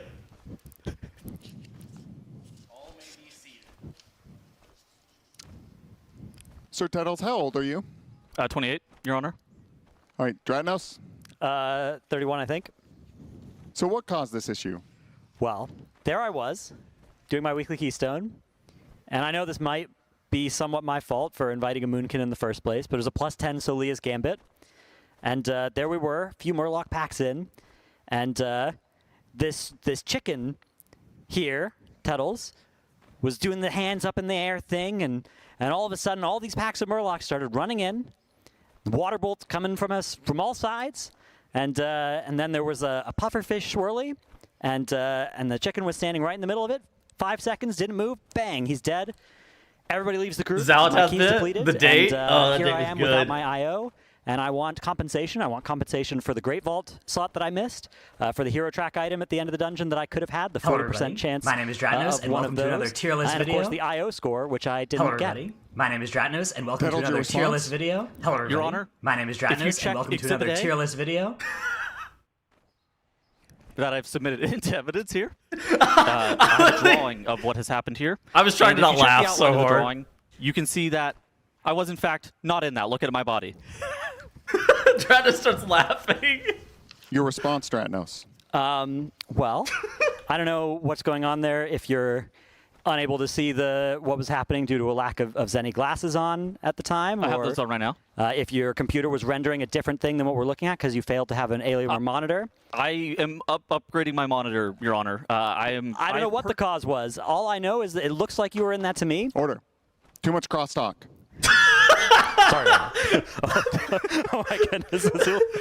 Order. Order. There's a dog on set for context. Listed the key in group finder. This is ridiculous. Your Honor, whenever he listed the key in group finder, he actually said it was a resilient key. So thus it wouldn't actually deplete. Is this true, Dranos? Your Honor, if I don't do that, nobody applies to my group. Everybody does it. That is, I think, not something that I can be blamed for. It's like if you're speeding and everybody else is speeding, you can't get a ticket.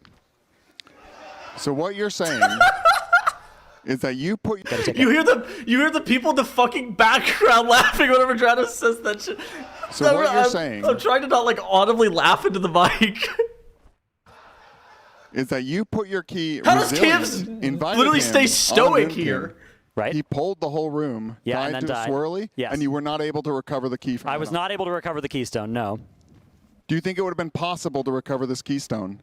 I think, with- yes, I think it would have still been timeable after this mistake, but he then was flaming the lineage of the healer in the group, and that I have to fight back. I'm fighting back the apart. voices Your here. Honor, I've submitted evidence B to the judge. I have chat logs of the chat. Oh, no. today. As you can see from the chat logs, Your Honor, he deserved it. I do see that. Your Honor, I'd like to submit evidence of Exhibit C, the death log here.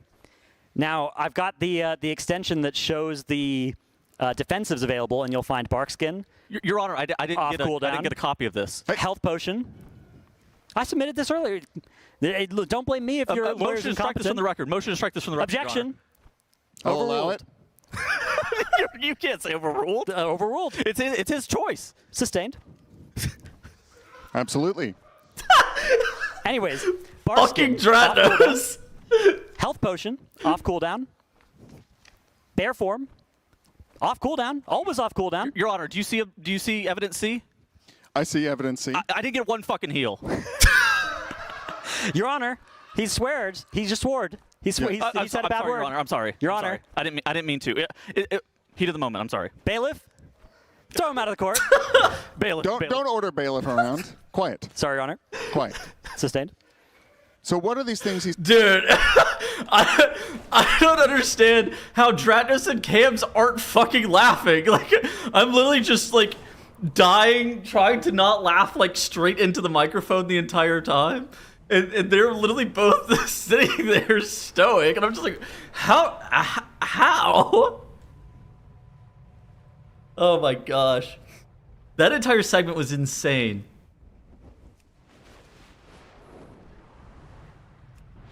They're good at their jobs, meanwhile you? Dude, yeah, I'm not...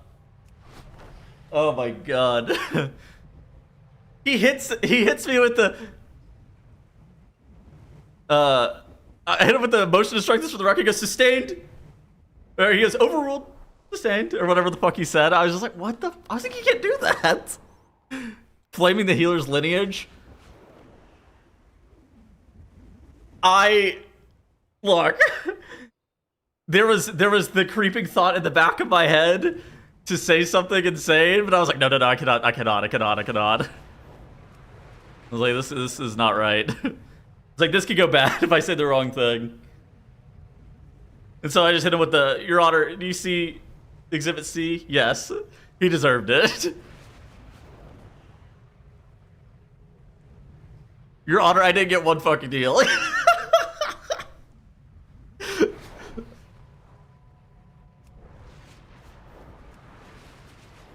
The judge just goes, he swore. He said to the healer. Well, here you'll see. Dude, I know Dranos is also thinking the same thing whenever he goes, what did he say to the healer? So what are these things he said to the healer? Well, here you'll see the things that... This is when Dranos is laughing because he's got the devil on his shoulder being like... Talk about Ragnaros, and we're both like, you cannot say that. About the healer's mother and the healer's father, the healer's entire, really, family tree. Okay, that is enough. Is this true, Tettles? I mean, Your Honor, the healer's father was also a healer. A very poor one, as a matter of fact. And does that matter? Yes. Trained poorly. Your Honor, I also didn't get one heal. I mean, you saw that as evidence C. Anyways, my kick was on CD, Your Honor. I got bolted beforehand. You can see that in the death log. Yes. Your Honor, I have Exhibit D here, the talent tree being run by Tettles in this dungeon, and you'll find Kick not on there. What are you even deselected that for? That's not even a damage gain anymore. Is this true, Tettles? Sustained. Interesting. I rest my case. I'll take a note here. Your Honor, the key was depleted anyways. Oh god, dude, that bit was I don't know.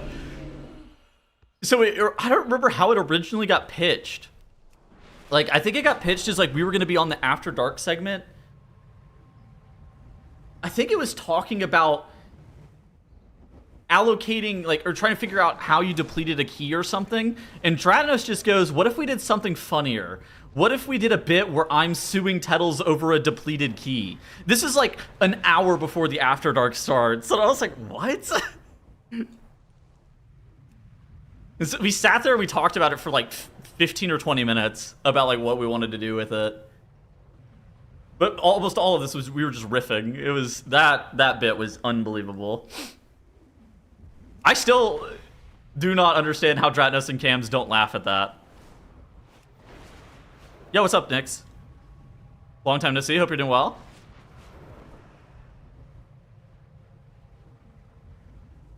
Blame Moonkin the entire time. Oh my gosh. Like, I think we were just like trying to come up with like what is the most common crazy shit that you see whenever you deplete a dungeon. Something that like all WoW players can kind of relate to.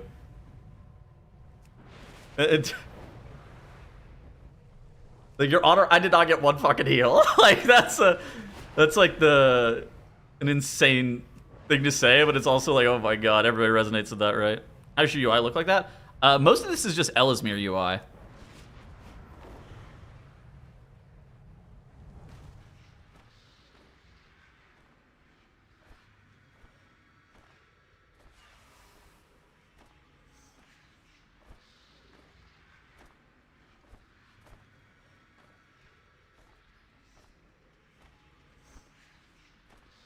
Why can't you talk about Ragnaros? Isn't he dead? Well, it was like the conversation about he's flaming the lineage of the healer. What realm was he from? And then I think Dratnos goes, he was from Zul'jin, Your Honor. But I think it was like, I think that's said maybe after this.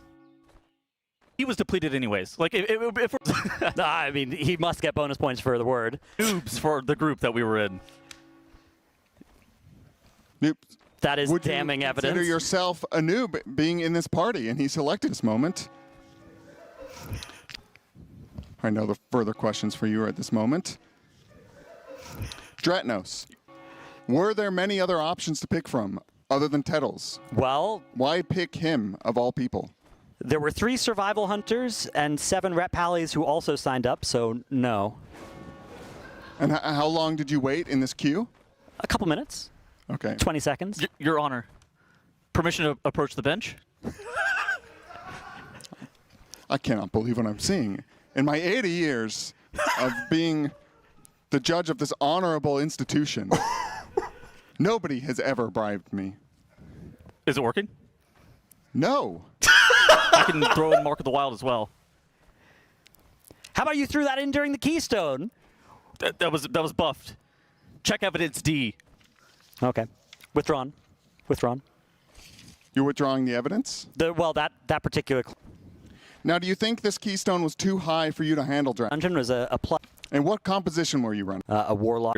Is to blame for my death. Oh my god, that... I don't understand how it went on for 20 minutes. Like, it was like a full-fledged episode of fucking Judge Judy.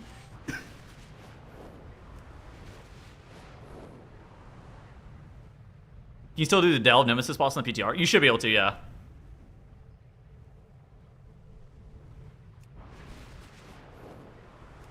Ugh.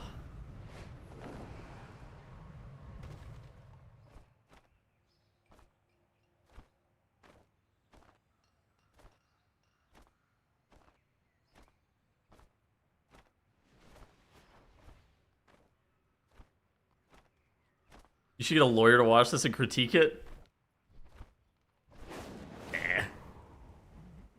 Get JB to critique it.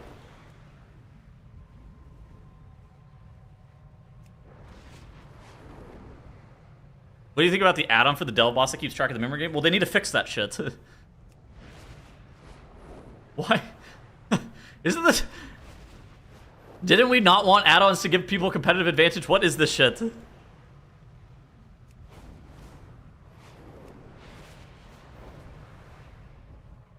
Kept dying? Oh my gosh. The last night of the title? Well, yeah, it's different. You're employed. You shouldn't be expected to get things if you have a job.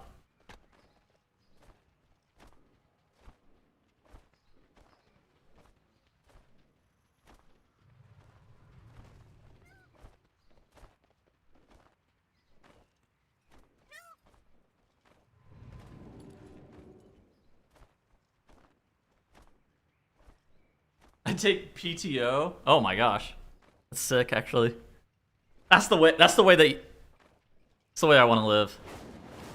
Take PTO for early on in the season. That's sick. Taking PTO for your hobbies.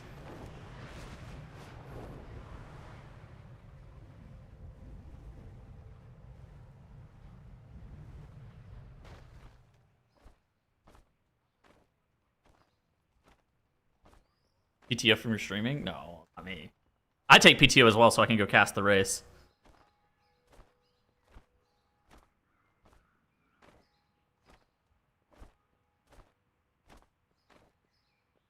And BlizzCon? Oh my god. BlizzCon's gonna be so sick. I'm excited.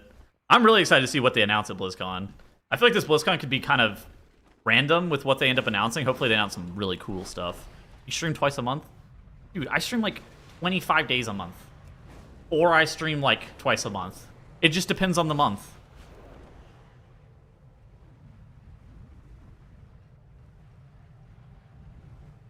Overwatch 3.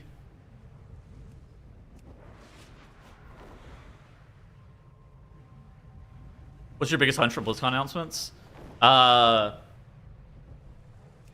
First look at The Last Titan. Classic Plus. Those are probably the things, right? Race trailer soon? Probably.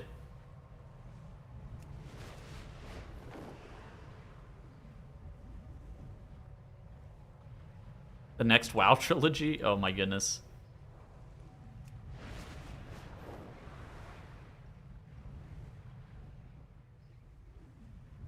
Like Mythic Plus and Classic? Well, we'll see, won't we? Hopefully they cook up something insanely cool for Classic Plus. Hopefully it's something really, really, really, really, really cool. WoW 2. Oh my god, WoW 2. I'm in. WoW console release? You guys have phones? You guys have Xboxes?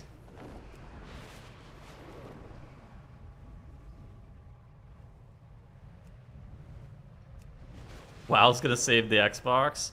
Doesn't Game Pass like lose Microsoft money? Isn't Game Pass like really bad for game developers too?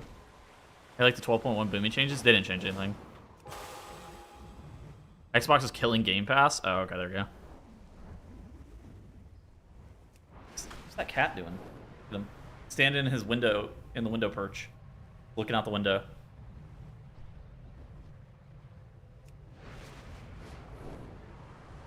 The new Xbox CEO is gutting Game Pass? Oh, gotcha. I'm only going to play Classic Plus if Asmongold says it's good. Doesn't that guy get paid to say that that it's bad? He's the best boy? Yes, he is. Come here. Come here. Big dog.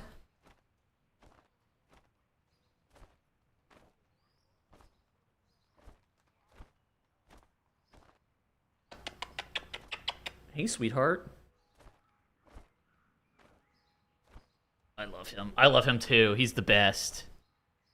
He's the best.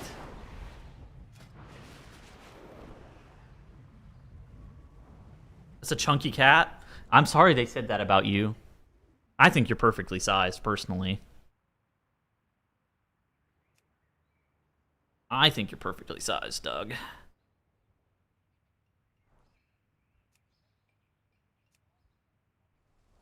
Give you big pets today.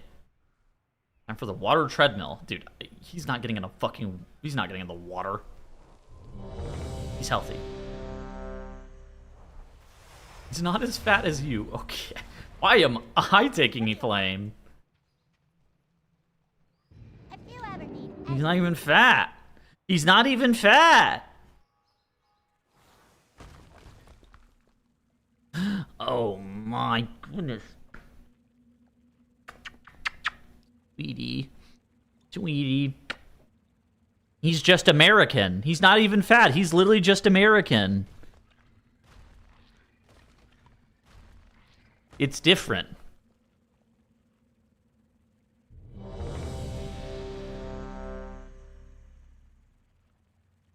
Guys have the same hair color?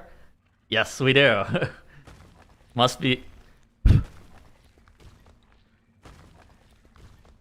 Yeah, he's an American cat. Exactly.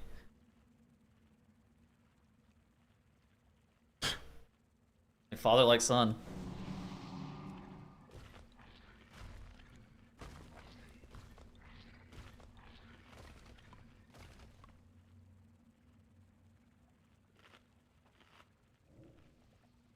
Cat so chill? Yes. Yes, he is. He's gonna lay down on my desk in a second. In front of my keyboard. Move my phone out of the way. Maybe he just wants more pets, actually. Hey, buddy. Yeah, cat hair on your face? Yeah, for sure. Insane cat hair on my face. You want more attention?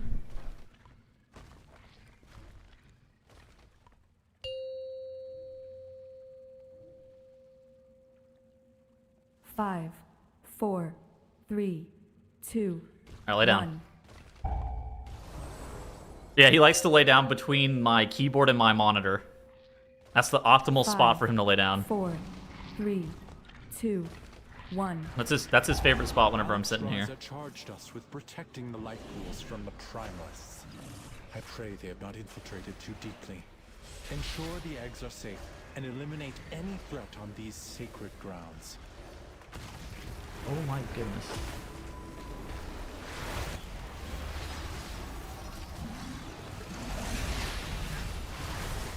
I think he's dead. I think he's alive. Stand in the back of the chair. I'm not sure Doug is agile like that.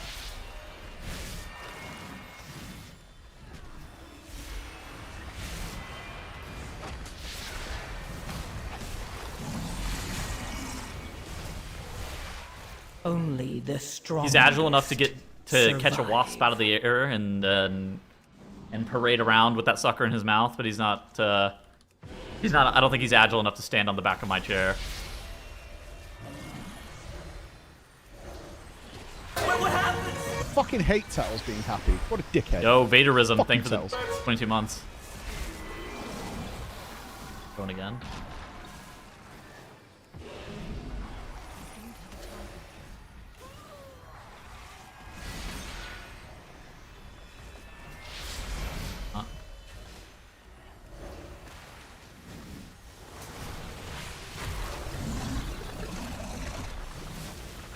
Oh, now he's gonna lay down. Maybe. Maybe he just wants his soft head rubbed. If only you could have understood. Yeah, hit him with the meow meow. Yeah, I've been a druid for 12 years now. Pointless death.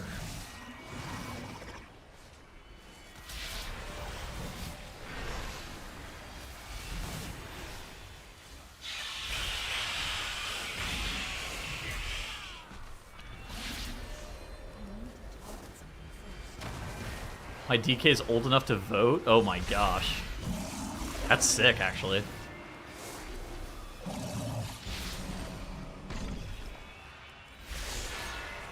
That's cool. Not allow you to disturb Meladrusa's work.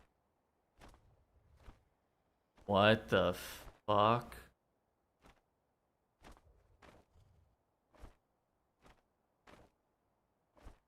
That's brutal. 1,500?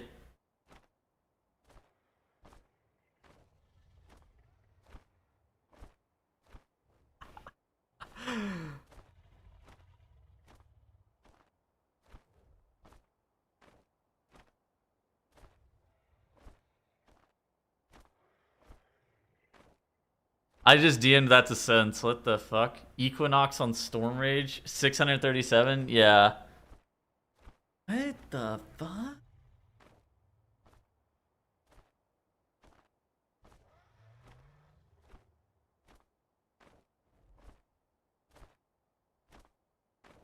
$1,500 pulls. What the fuck?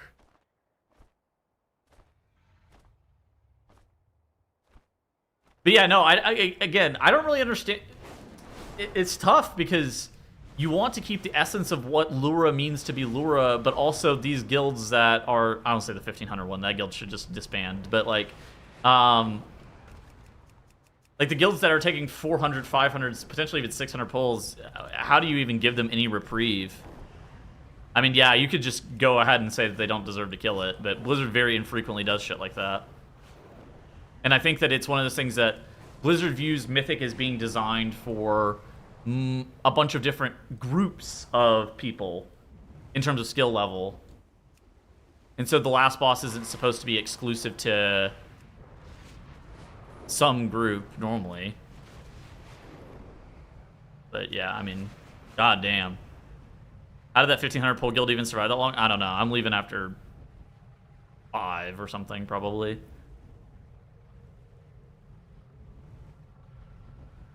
Like I did 550 pulls on Kill Jaden, and there was like no.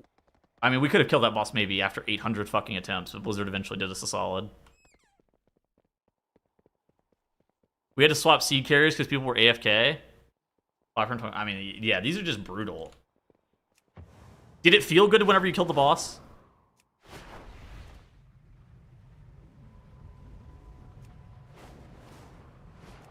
Fuck no, dude. I don't know. Like, that could have been lit.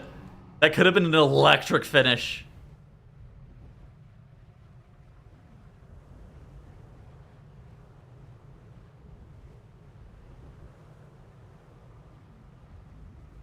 You ever gonna utilize that room? No. I'm broke.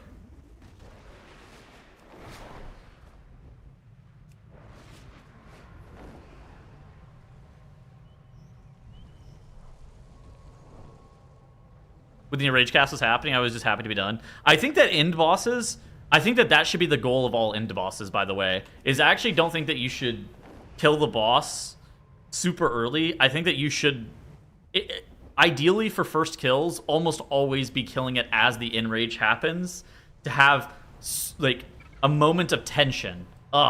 Those, like, I think by design, make the fights feel so much better.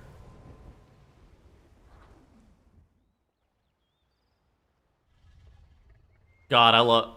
Like, if Gallywix had tension at the end of the fight, it would have felt way better. There's a certain person that may not be in the guild next tier. It could be anybody.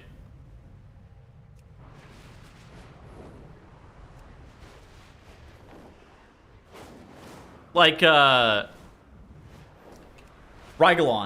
I think Rygalon was kind of an interesting one. Because all it was one cast. Big boom, 20 seconds long, right? Where you just sit there and you look at this fucking cast for 20 seconds and you go, oh God, are we gonna beat this or not? And you just have to beat it.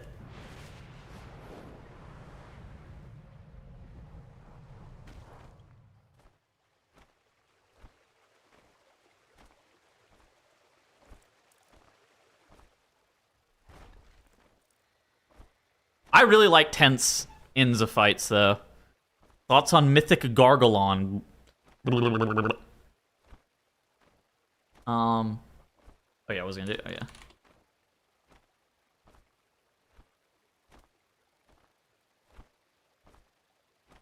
Die so fast?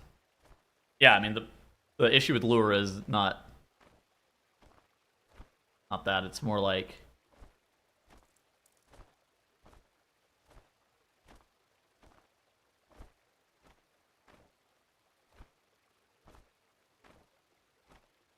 the seed carriers die and fucking blow you up because people don't really know how to move their characters that effectively.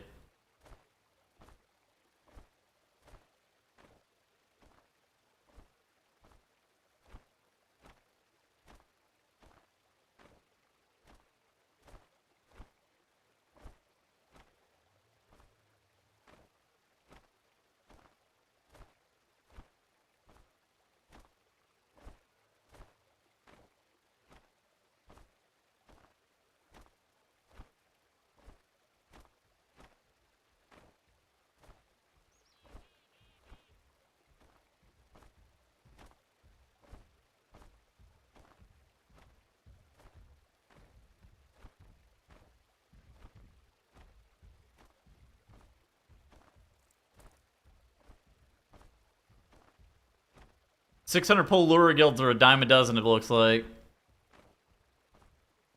Like there are a decent amount of them.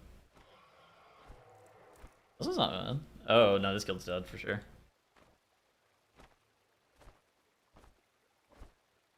That guild died before they could even reach 600 pulls, bro. What about us?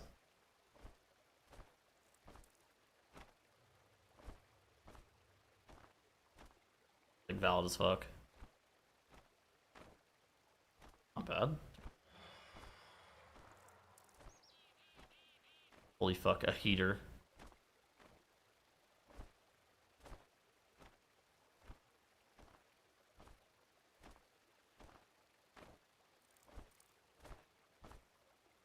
$1,800 guilds have killed Laura.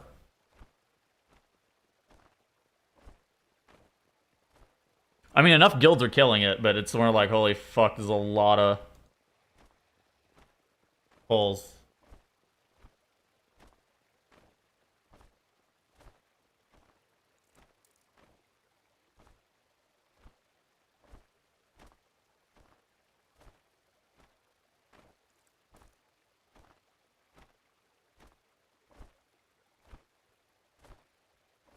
KJ? Yeah, I had 550 on KJ. I mean, that fight. Mostly, like, the problem with that fight is you're pulling an unkillable boss for a while. So you just, like, you're sitting there and you're like... Not like, oh yeah, we're gonna eventually figure it out, and so Blizzard's eventually gonna bail us out. Thought might be able to beat it, at least. Like, we had so many people that we had to replace middle of that tier, too.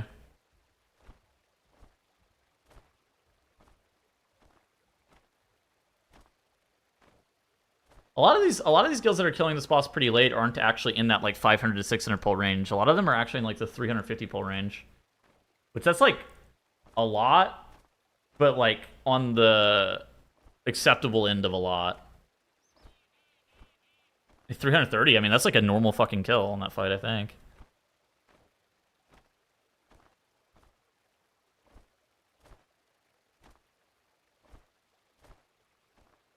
I think we get like 290 or something.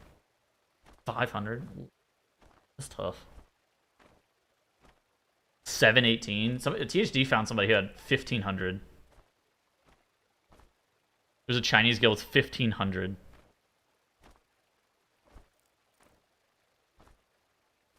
$46. That's not bad. I think Tendril was 418. This is a boss.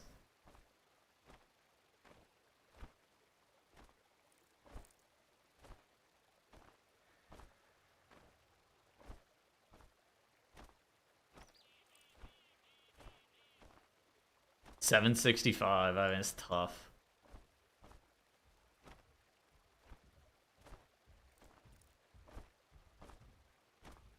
No damage.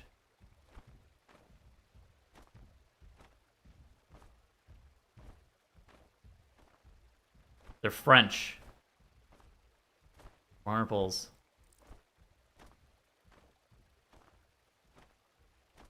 I'm French. Oh my god, congratulations.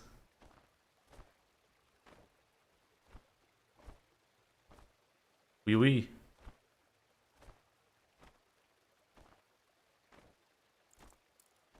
$489.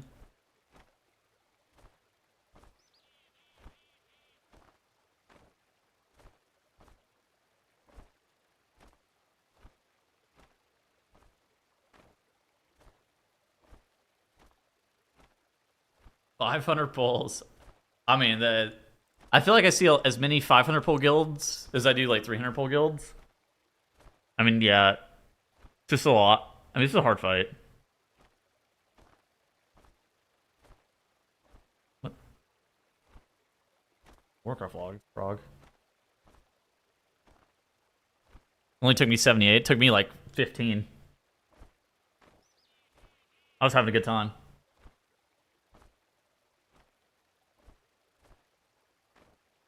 $15.77. Oh shit, this is a good one.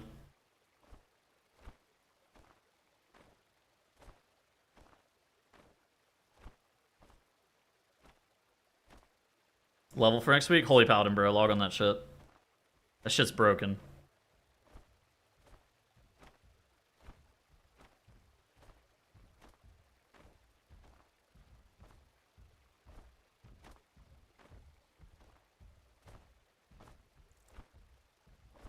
I mean, the seed carrying just inherently is like a really big skill check. And if you don't have 6 people who are skilled enough to carry the seeds, you just get insanely exposed.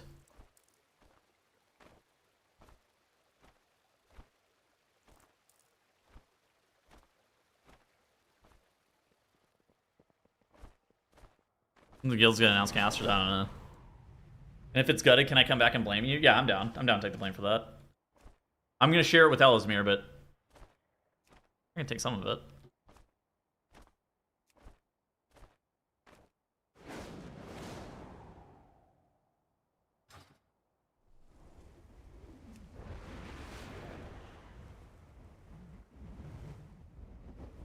What do you think about playing Aug and Raid with the controller?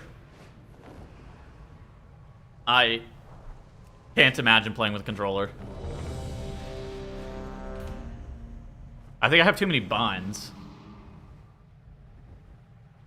I also think you wouldn't be able to like move your, I don't know. Does that not like impede your ability to move your character? What about a joystick? Only if it's like the Windows Flight Simulator 2001 joystick.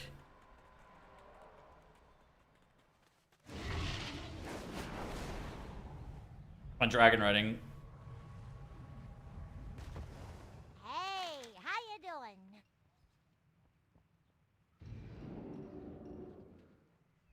Oh my god. Things? Harry's back. Yeah, get us with Big Meow.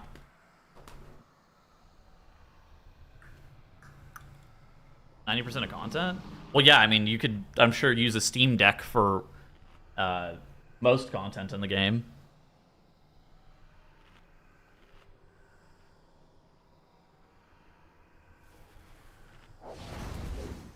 Hit the Steam Deck, hit the 1-button rotation.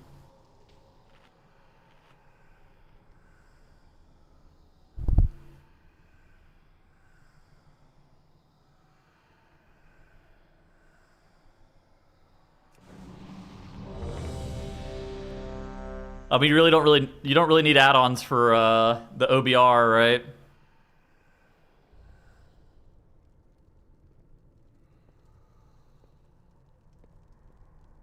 Prez Evoker with a controller? What the fuck?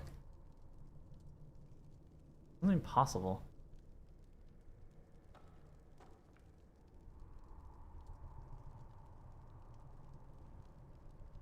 The Ice Hut? Isn't this is this Juno's guild? Ask him about water. 4, 3, 5, 2, 4, 1, Here we go. 3, Lock in. 2, Fucking do it. 1. Darkness embrace you. I am 5, 4, 3, 2, 1. That's insane.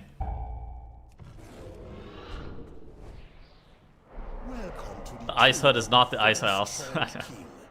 We Juno doesn't have a guild. So, I mean this in a nice way. Does Juno play WoW? Bind the ancient spirits to the will of my master.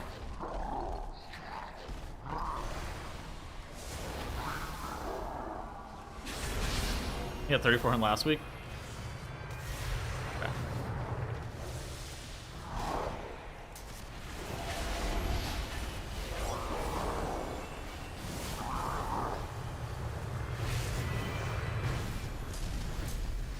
He's just a mole man.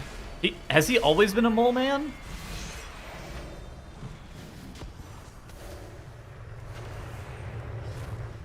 Huh. This temple is under Gahul's power.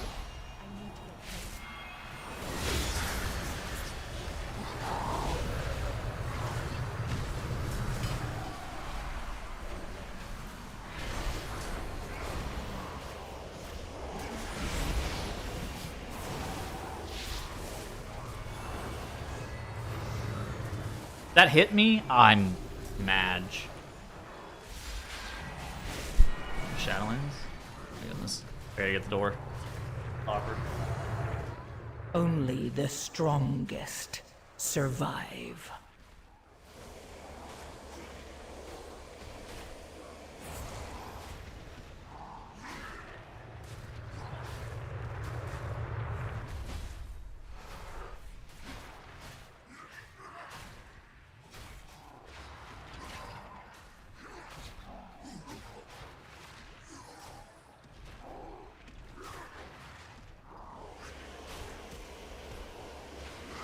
Alright, we're back. Oops. Had to go. Had to talk to people who are doing repairs on my basement real quick. Maybe not optimal timing, but how it goes sometimes. I personally think that if you have a child or if you have people that are doing construction on your house, you shouldn't be allowed to do Mythic Plus. Because God forbid you have to get up and talk to them about something for a second.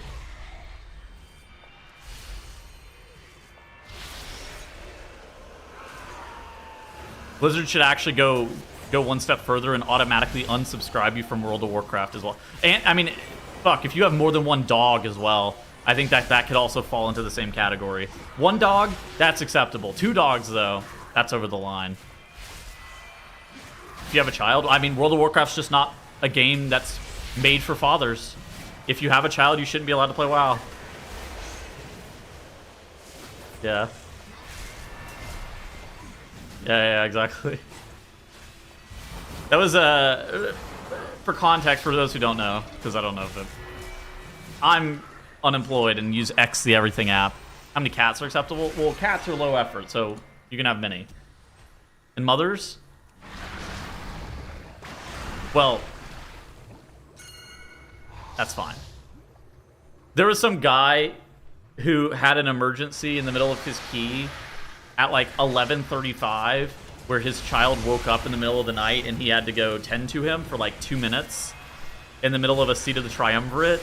And some content creator tweeted out that if you're a father, you just shouldn't play World of Warcraft. It's impolite and you're wasting other people's time and my time is more valuable than yours type of beat. It was like an insane fucking tweet. Where, like, come on now. I have 5 kids and 2 dogs. Yeah, I mean, the reason that guy had to stand up was not because you can't play with kids. It was because an unexpected emergency arose and he had to tend to it in that exact moment. Which, as long as people are polite and don't try to, like, don't put themselves in weird situations where that stuff can happen frequently, it's not really a thing. And I mean, even the game polices that. It's self-policed in the game. You get the fucking lever tag if you leave too much. Like, that guy, God forbid that guy had to go tend to his kid. Like, that, it was an insane tweet. It's ultra face. It was like, what the fuck? Just sell my children for high IO. That's good comms. Is that JB? Oh, no.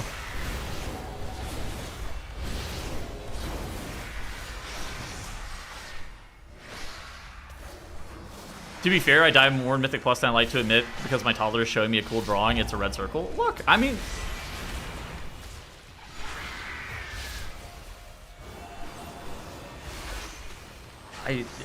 I find it hard to get mad. Like, I don't know. I played the game competitively, but there's been many sessions where I'm playing with Terrathal where that guy has to get up and go tend to his job or tend to work or do whatever he's got to fucking do, right? Like, and you're just like, okay, whatever, man. Like, that's fine. I don't care. Oh no, JB would not. JB, I suspect, does not feel that way. How many times has Doug killed you in Mythic Plus? A couple. He wiped me in Raid one time on accident whenever he was a kitten.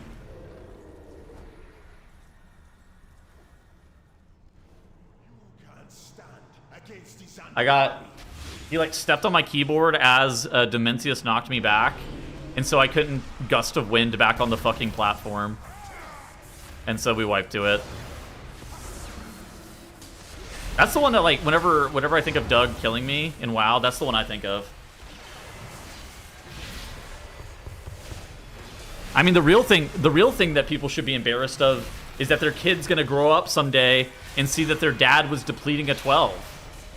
Like, I mean, so the fathers really have to fucking lock in, because who cares about whether or not you had to leave in the middle of that stupid See the Triumvirate? But if your kid grows up and realizes that their father's depleting a 12, that shit's way more embarrassing.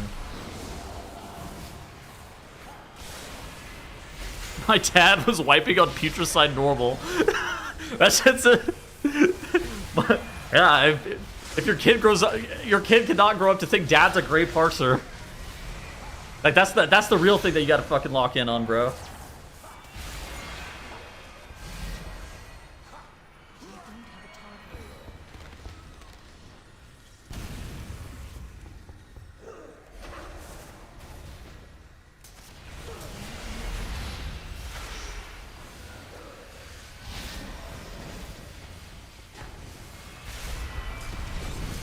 Stat on your left spot when we're progging slushes. Look, it happens. I mean, I have people that probably once a week in my guild, somebody will go AFK in the middle of doing progression pulls for something for like a couple of minutes, right? Like that shit happens in that shit happens in my guild's raid every fucking week. And it's always fine. Like, it's not, like, convenient. And as long as you don't make it a habit, it's really not that big of a deal. Like, nobody sits there and says anything about it because it literally just fucking happens. Yeah. It's the problem is in my opinion, with the tweet, was the dehumanizing part of it, where we're all just trying to go through life. Everybody's got shit going on. We're all just playing video games for fun. And then to sit there and be like, my time is more valuable than this guy's child, or like this guy having to go tend to his child is such a massive inconvenience to me that he shouldn't play World of Warcraft, was just an asinine take in my mind. How's Moonkin feeling overall? About the same as has been. Yeah, normal people don't care about normal people having shit to do. Yeah, I think normal people recognize, like, look, if something happens, like emergencies, as long as it's an emergency, right? Emergencies are emergencies. As long as it's truly an emergency, I'm not the emergency police.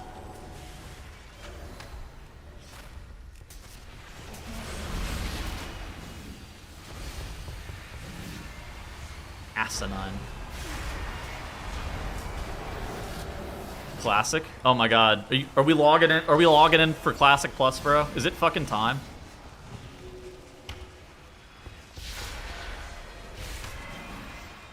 Gonna be sick. Again, the only embarrassing thing is your dad depleting a 12. That shit should be way more embarrassing than your dad having to get up and tend to your infant, or your, I guess not even an infant, it was like a 1-year-old or something.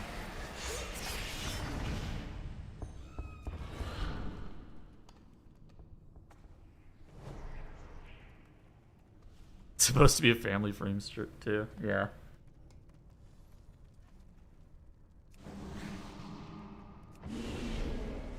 Pull in one go. Yeah, I'm not huge on trash gauntlets just as a general rule. Stuff like that's not very fun. Like, I understand from the dungeon design perspective why they would want to keep that, but I think from like an enjoyment of the dungeon perspective, it definitely deters for me. I mean, Moonkin, have you seen the world first comp? Depends on last boss. So Moonkin is good. Moonkin was the best spec in raid during raid testing, but since then it's been nerfed twice, so it's certainly less good. I think if the raid was a slightly different profile, it depends on the damage profile, I think is like the key takeaway that I'm going to say here. And the reason for that is because, so bosses 6 and 7 of the Venomous Abyss are 2-target cleave fights, where Moonkin is fine at 2-target cleave, but it's not great. It's like playable on 2-target cleave, but it's certainly not that great. So it wouldn't be stacked. I would be shocked if you saw more than one for fights like Coiled Altar and Twin Fangs, or whatever that fight's actually called. Whatever that double lizard boss is. So I'd be shocked if you saw more than one. But, like, I would not be shocked if Moonkin's the Mark the Wildbringer. Now, on different fights, like Scissorak and... not Scissorak, but Vaknish, and whatever the name of the first boss is. Whatever. Doesn't really matter. Moonkin is going to be very, very good on those bosses. The thing is, class stacking on those fights is not really a thing. Moonkin's probably... or at least it's unlikely to be a thing. So Moonkin's unlikely to be stacked. But... I think we'll see one, at least. The final boss, you could see maybe up to 3, depending on the way that the last boss is designed. But I can't imagine it being designed in a way for you play 3, but the number is probably 1.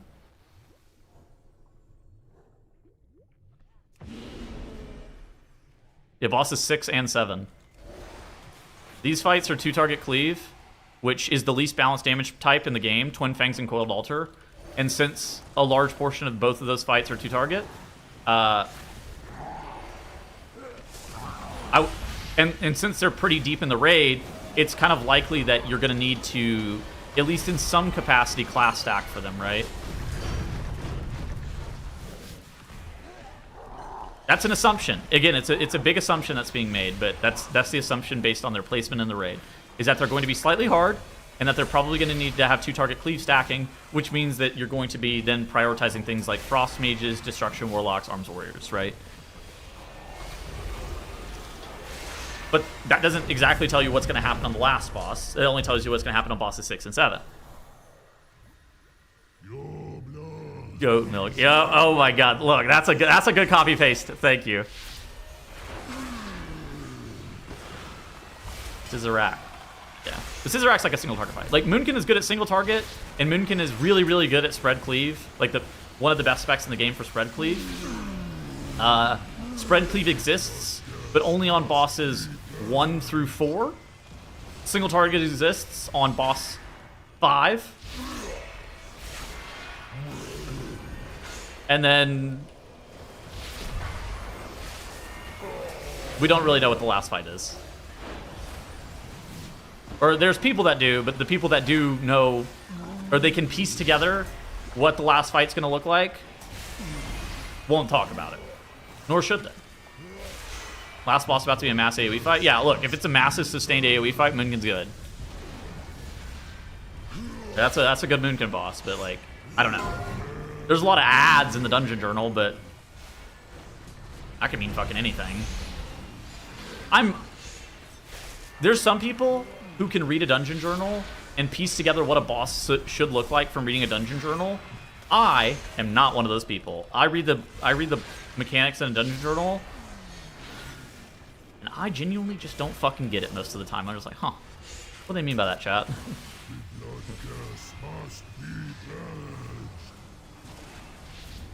I read the mechanics after I die to it. Yeah, I mean, like, that's That's me too, right? Like I sit there, I die to something, I'm like, the fuck?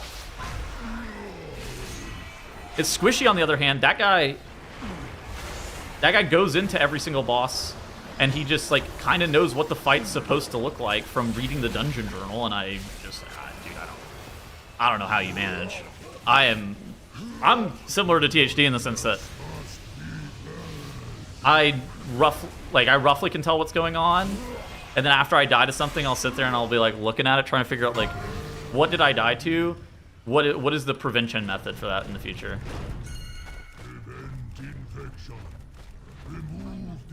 Healer, a tank mistake? Well, I first read the mechanic and I'm like, what was this? Because if it's not something that's like clearly telegraphed that I died to, normally it's like I was getting stacks that I wasn't aware of, or it's like something that happened and it's it's kind of like me trying to determine was the death my fault?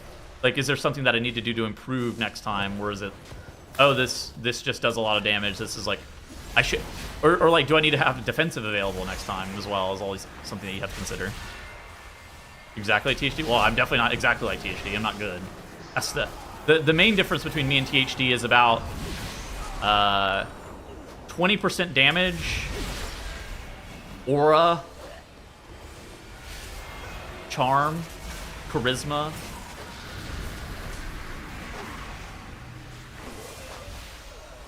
Culture. Many things. A gold chain. Those are Zennies. Those are no longer gunners. He got sponsored. Like your aura, thank you. But look, THD has to be the most aura fucker ever. Hitting the prayer, the glasses changed, the salute. That's maximum aura right there. That guy was aura farming on a fucking Lura kill.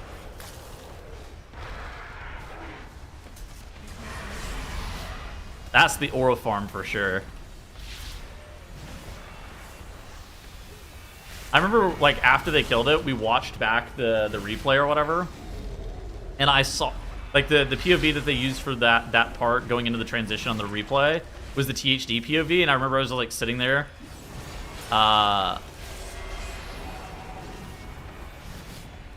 I think it was Zyronic and Cams. And I was like, dude, that THD moment is legendary. What the fuck? Like, he just hit the... He hit the aura farm in the middle of the boss. Add-ons part 2. Yeah, Ellismere. We got Liquid Ellismere on staff now. 07.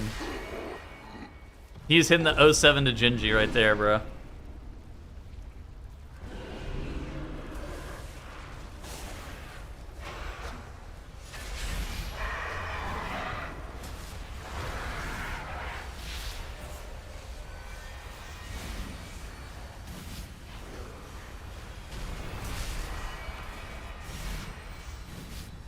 Big donut Ellesmere for FPS frames? Oh my gosh.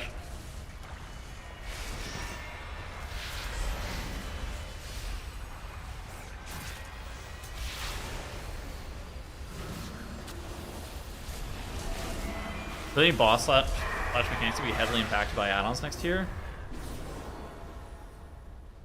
What was heavily impacted by add-ons this tier? The memory game?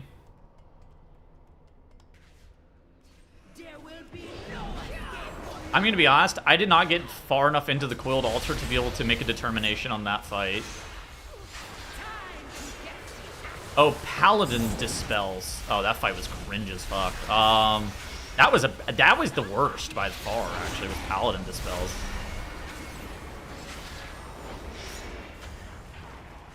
I mean, I didn't see anything in testing where I was like, we need an add-on for this.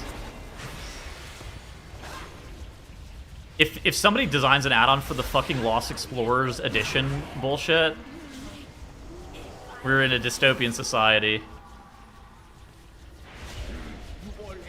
Yeah, I'm on 100% Ellesmere UI now for my UI stuff.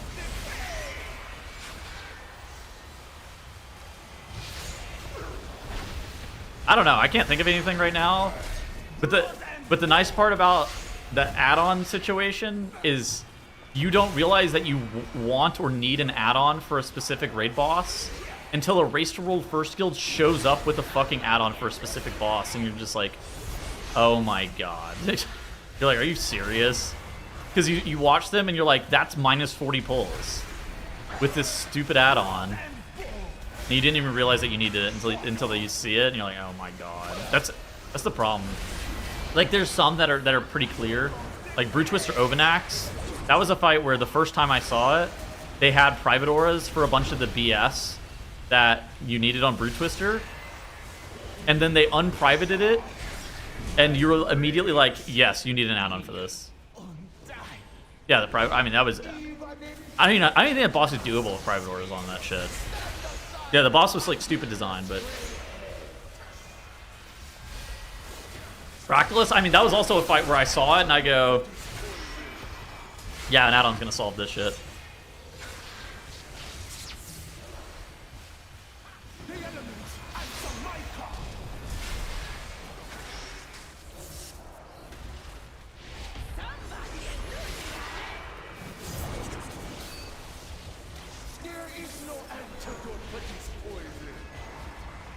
I need a Vintage Defender? Yeah, Vintage Defender's good. Yips was playing it the other day and he was doing infinite damn. It didn't look bad.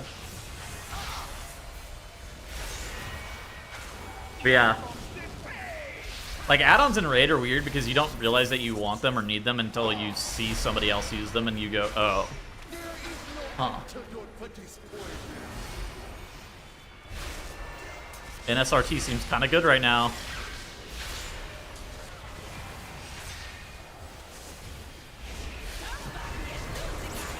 I think that those are like the only two. Was the Lura memory game and the Paladin Dispel. The Paladin Dispel one was stupid because that fight was just dumb. You think Kick Order on Twin Fangs will be some sort of add-on? How we did Twin Fangs during testing, and this may be incorrect, we had assigned positions. So there's 15 potential positions for kicks. Or maybe it's less. Let me see. Is we had specific positions assigned for each person's going to be kicking every single specific position, and then the snakeheads sometimes come back, right? And so then we had people on backup kicks. On like one person was backup on left, one person was backup on right. I was backup on left, and the other Moonkin was backup on right side. That's how we did it. But I don't think you need an add-on for that. I'm not really sure what an add-on... I'm not sure an add-on solves the problem. I think the problem with the kick isn't that the kick rotation is hard, so remembering how many rounds through the rotation you're in. The reason that the kick is annoying is because it's so many interrupts, and you can't just YOLO it. Just use 4 prop paladins? Well, yeah, I mean, if you want to just, like, not think or talk or anything, but yeah. I think our Rattle versus Weaver. I think Rattle is just a... I think Weaver is a more fun talent that I enjoy using, but I think Rattle does more damage, so I use it.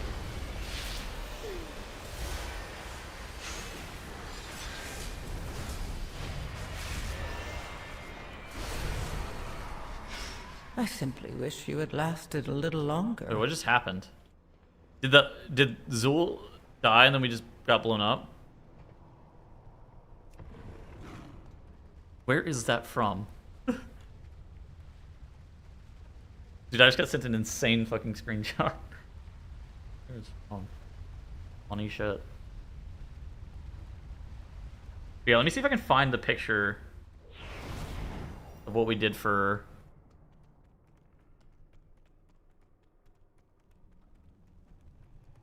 What we did for Twin Fangs. Where was that? Was it DM to me? Oh, I found it. Here, I'll show you guys after this fight. I'll show you guys what we did for Twin Fangs. Like, I don't think an add-on... The way that the fight worked, I'm not 100% sure an add-on actually solves it. You know what I mean? I think someone's missing Mark of the Wild, bro. Dude, why the fuck would I want to Mark of the Wild somebody else? Doing damage in Mythic Plus is a competition. Either you're first or you're last. And so, like, I don't give a fuck about them getting Mark of the Wild. All I care about is looking the best on the damage meter. And whenever I look the best on the damage meter, I'm more likely to get a re-invite to the groups that I want to be in, as opposed to sitting in LFG. No, it's not a team game. World of Warcraft's selfish and individual. That's why I want solo queue to exist. Video games are meant to be played by solo players. It's not. They're not meant to socialize. Don't type it to me in fucking party chat. Do not call me on Discord. Don't ask to talk.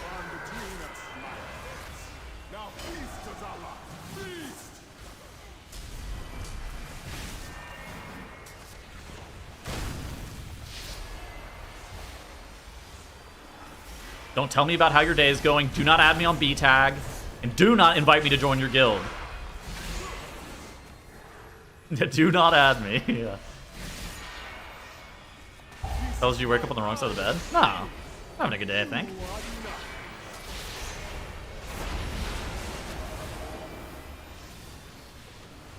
Leave me alone is the new meta. Same. I will say, for the people who don't come here often, I feel actually the complete opposite of the way that I was describing. For those who didn't realize that I was being sarcastic. I think that, like, the reason that I play World of Warcraft is because I love the social aspect of it. Like, that's what got me hooked into WoW, and that's what keeps me playing 12 years later, is the social connection and the friendships that I've made inside of WoW. Like, that's what keeps me playing. But the memeing about, like, don't text me, do not type to me in party chat, don't you dare fucking whisper me, I have you on ignore. It's a good bit. This is why I want Mythic Plus solo queue to exist. Well done. More. Video games are meant to be played by solo players. Loot. Oh, okay, I got pants from this dungeon now. Oh, but yeah, okay, so here I found it. So there's 10 kicks on Twin Fangs. So what we did was, we weren't playing a prop paladin in this fight. It's more than 10, but sure. But there's 10 positions in which the snakes can spawn. The tanks were responsible for positions 5 and 6, and then specific people were responsible for these positions. And then, so everybody gets the first kick on their position based on their number. Then the snakes can respawn. Say the first kick happens on 2.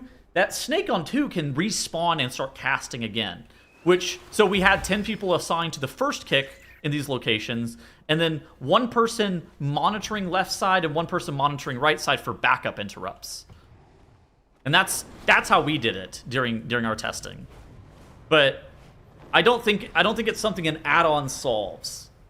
Maybe there's a way to make an add-on solve it, but I think the way that the kicks work is too complicated. I think it's something that requires pre-assigning something similar to what we did, but that's just by assumption, and I can't imagine an add-on that would make that easier, but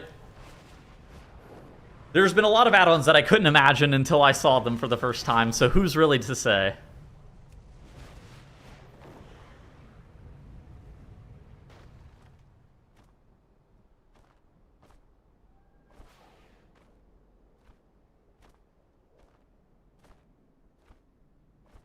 What is this?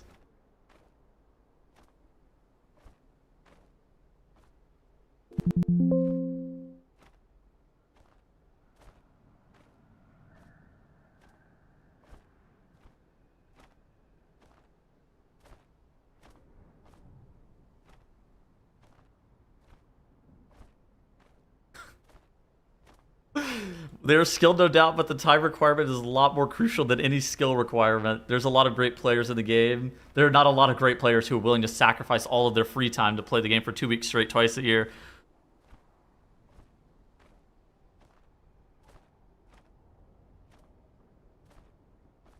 It will be like that in every other gamer field. The reason that this point is often contested in WoW is that the gap is smaller compared to, say, football, tennis, or League. while the best players in WoW are obviously all very good, I think it's fair to say that there's one or perhaps even more players in most top 500 guilds that could compete in the race to world first if they had the time and opportunity. Hell, there's even ungilded players just solo grinding Mythic Plus and Mythic Pugs that are insane as well. No way! No way he said that!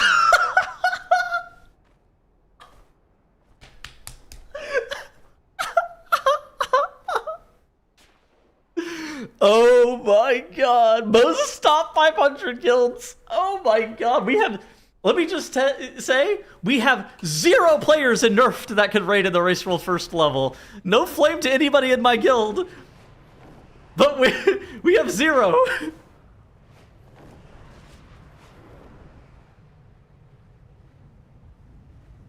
Oh my fucking god. FaZe could? FaZe doesn't raid in my guild anymore. We're just holding him back. Oh my god. Again, this is that dissonance shit that I was talking about the other day with World of Warcraft players believing that they're better than they are. Whenever I got shit on by a Shine in that Den of Nalarak or whatever, I literally am like, is Moonkin bad? Or am I bad compared to a Shine? And it's like one of those things I still don't even know what the answer is. Like, I know that Ashan is much better than me and does more damage than me, and he's playing a specialization that is good. But then it's like, but he did 20% more damage than me in a dungeon, or 15% more damage than me in a dungeon. It's like, you run the numbers. How cooked are we? I think Moonkin's okay. I think, right now, I think Arcane Mage is like, for Mythic Plus, S tier island. And then the specs that fill out slots 2 and 3 in the Mythic Plus comp are like, Arms Warrior, Ellie Shaman, Balance Druid, Devourer, Demon Hunter, Windwalker Monk. Something along those lines, right? Those specs are all really good. I think Moonkin is quite good. But for Raid, oh, I think Moonkin's fine in Raid. I think Moonkin's probably the Mark of the Wildbringer in Raid, if I had to guess. I don't know if it's stackable. And I think that two of the last 3 bosses, so Boiled Altar and Twin Fangs, are both 2-target cleave fights, which them being so late into the raid and being 2-target cleave means that they're likely to be stacked with weird fringe stuff like Frost Mage and Destro Warlock and Arms Warrior and stuff. But like Moonkin's like fine on this boss, on these bosses. I don't think they're like great or anything. I think they're like fine.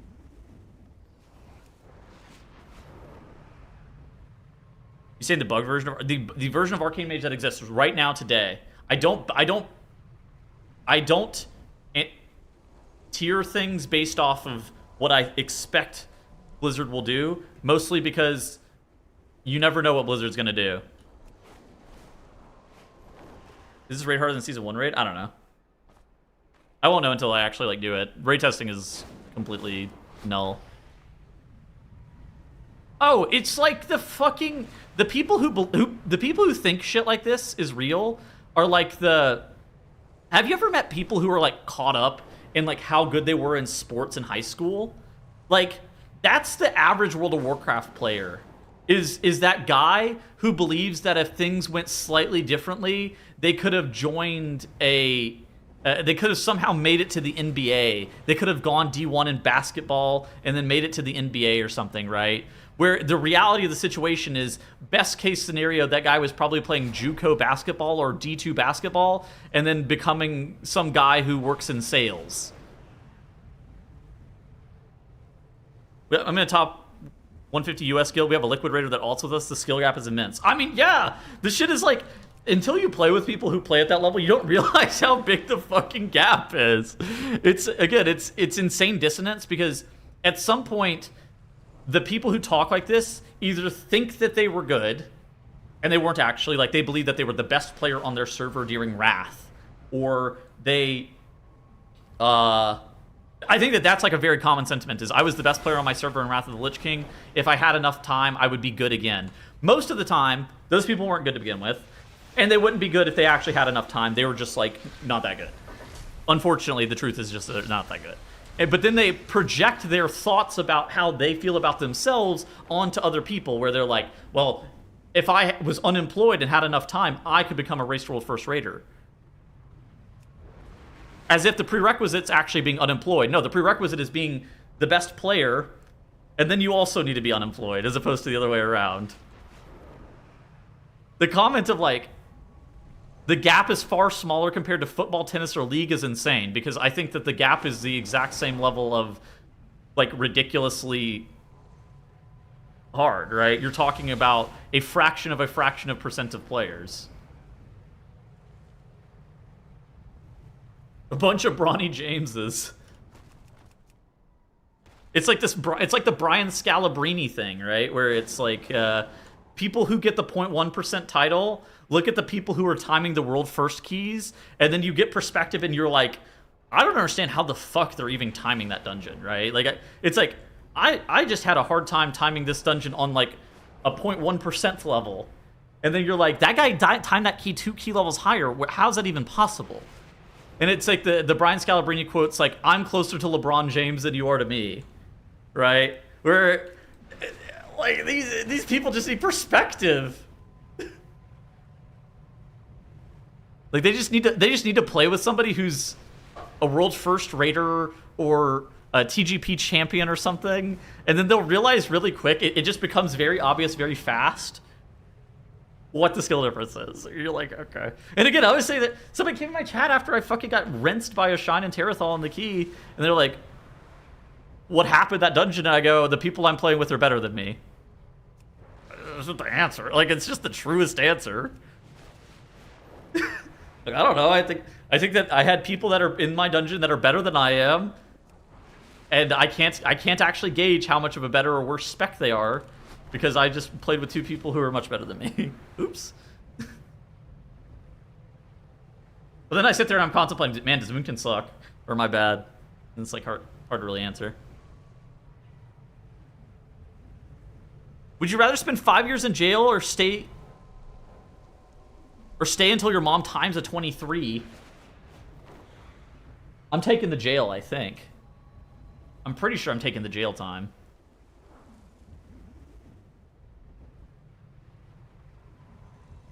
Yeah, I'm pretty sure I'm taking the jail time.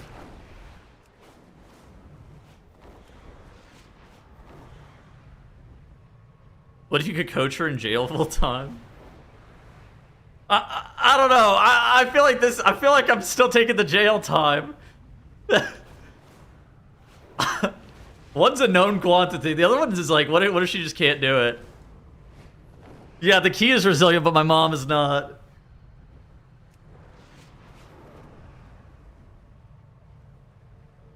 Yeah, early release if you get the if she gets the 23.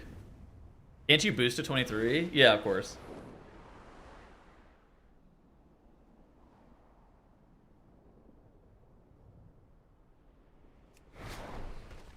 I mean, what's worse is that my mom would have to be playing Midnight Season 1 for 5 years, right?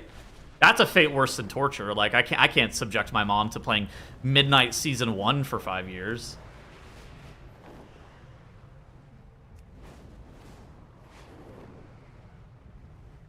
If you had to know when you were going to die or how you were going to die, which would you choose?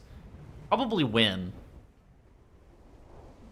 How I was going to die, I think, would make me paranoid and put me on edge all the time. But I think when there's like a finality to it, right? So you just live your life kind of unrestricted. Whereas I think I would just be paranoid all the time if I knew how I was going to die. Like, if it was like, you die in a car crash, right? If the answer was you die in a car crash, am I just fucking paranoid about cars all the time? Like,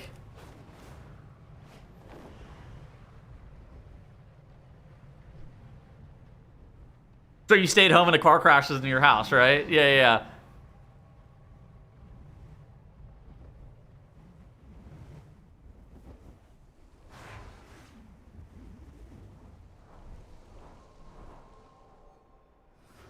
Dude, that Reddit thread is peak.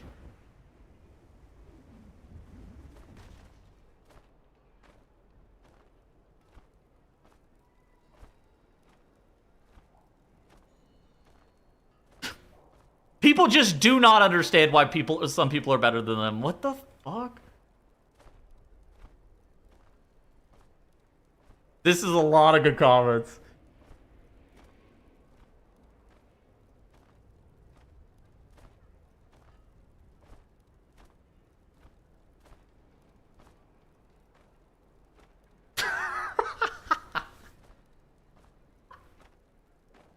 I think that this guy's I think this guy's kidding, but he got turbo downvoted. I think this guy has to be joking.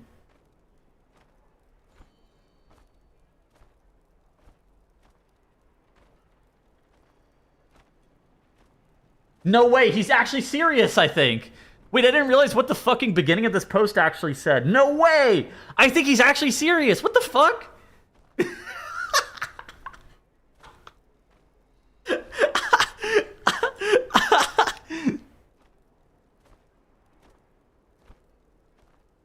I would simply just dodge the glaives.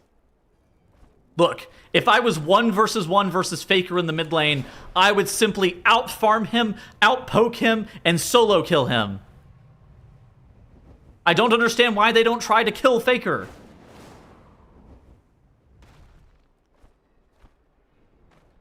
In Platinum, I kill my mid laner that I'm facing up against regularly.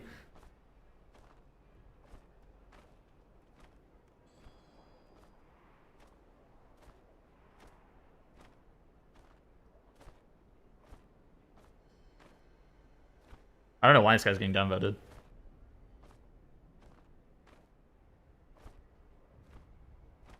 The biggest difference isn't the gear, it's that the boss that the Race Roll First Raiders have to kill is not the same boss we get to eventually weeks and months later. Oh, that's valid as fuck. I mean, he's absolutely right. It's just not the same fucking boss. Which is obviously lame. If a boss is killable, it should just let it be that way and people figure it out over time. But one of the worst feelings in raiding was thinking that you're... I mean, I don't understand why this guy got downvoted. I mean, I don't... They've designed some egregious fucking bosses, and I think in context of Lure, yeah, this guy probably gets downvoted, but I actually don't think he's like... I don't think this is like the most unreasonable take I've ever read. The original boss isn't killable for anyone besides the very top guilds. That's the point of the nerfs. I think he's... Yeah, I was going to say, he's going to go for a different take here. I don't think that that's even what he's saying. I was going to say, I'm pretty sure his take is that they should design a fight that scales better into the season. They continue to nerf them into complete jokes, after which it completely ruins the satisfaction of progressing them. And I think that Blizzard needs to be more aware of this, making sure that the fight still feels satisfactory whenever you're progressing them, even after some nerfs. Ultimates does not equal Mythic. Yeah, I mean, I knew that this guy was gonna equate it to something. I felt like I knew where this guy was going with his takes. He's definitely comparing different things. Yeah. What he's saying is something different. I was more surprised that he was just getting downvoted as much as he is, but in context of Mythic Lura, yeah, I'm not shocked he's getting downvoted.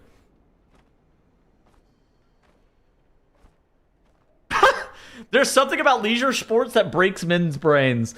No one thinks that they can go and play under center as well as Mahomes or guard Steph for 60 minutes, but there are a ton of guys that think they could compete in the senior tour of the PGA or win the World Poker Tour or make money in Bassmasters. Same with the Race Roll First. You just cannot convince them otherwise. Dude, there are so many fucking people that are like this too.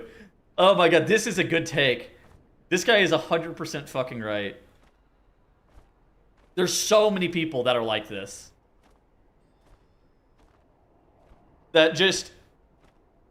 I don't know. Their hubris, I think, takes control or something, and they're like, I could do it. I could have done it if my life broke differently.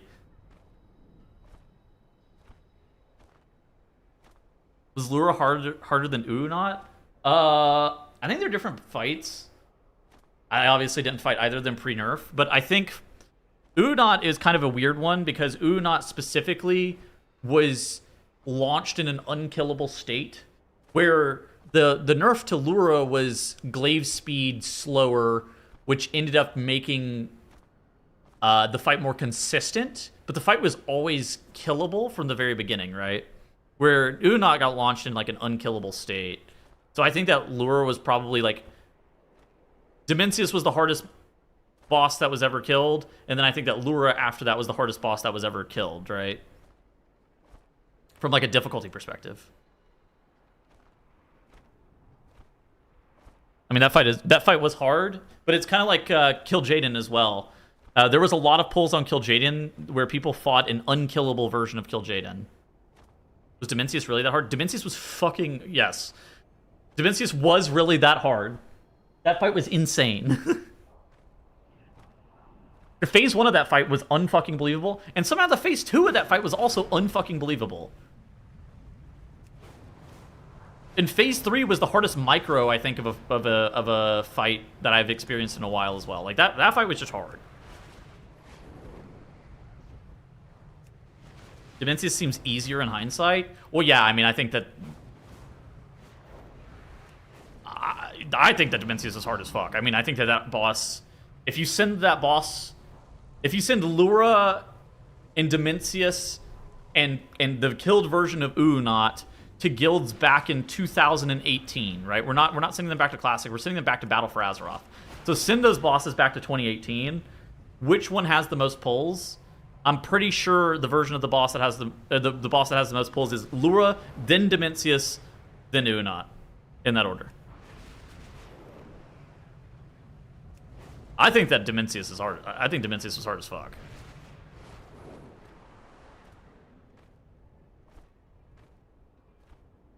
Train. THD, you out here training for the race right now? THD's out there running. That guy's getting good cardio for the race right now. Yeah, I played 300 ARAMs the last 2 weeks.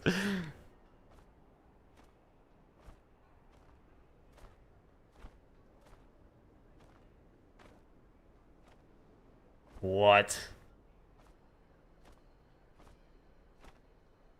Dude, these people... Oh my god, the people of this Reddit thread are...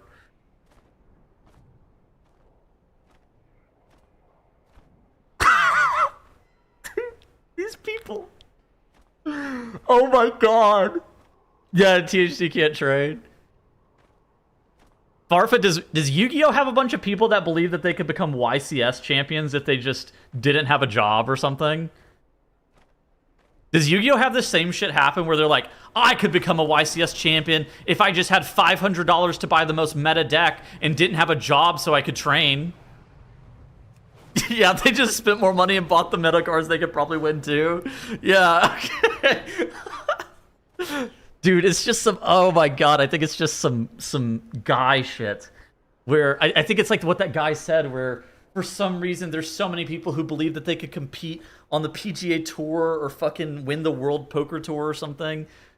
If they just had more time. Oh my god.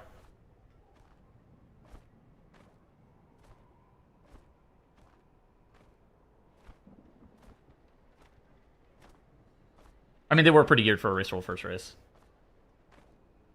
I mean, this was probably the most geared, like compared to max gear. Obviously, we ended up having like the bonus rolls and the void cores and stuff like that.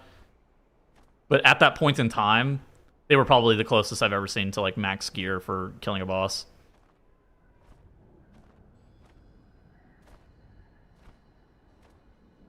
I could land a plane once. Oh my god, it's like those people. Hold on, let me call my stepdad real quick.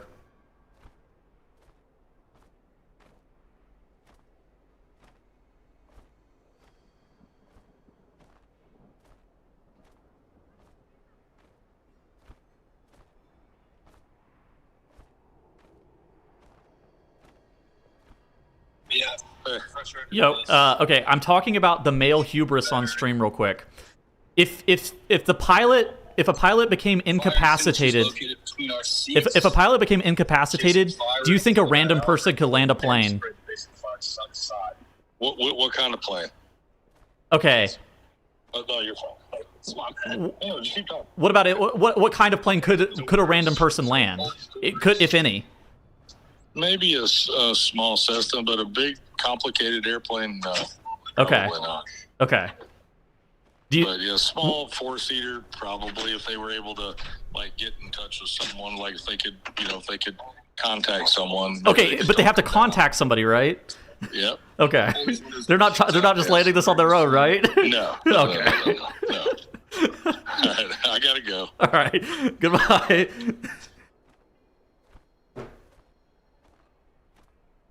There you go. It's my pilot stepdad right there.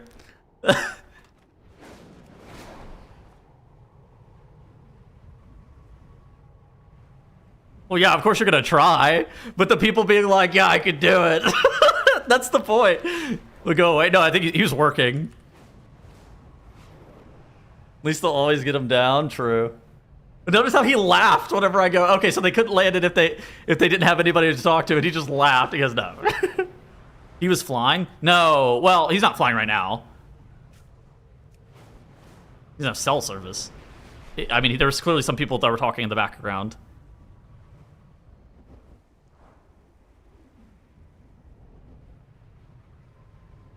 Your kids keep calling me for stream content? Oh, I love Scott. That guy's the goat. Where's the landing gear button? Yeah, he's like, yeah, maybe. Maybe a small Cessna if they get advised by air traffic control. Oh fuck, that's good shit.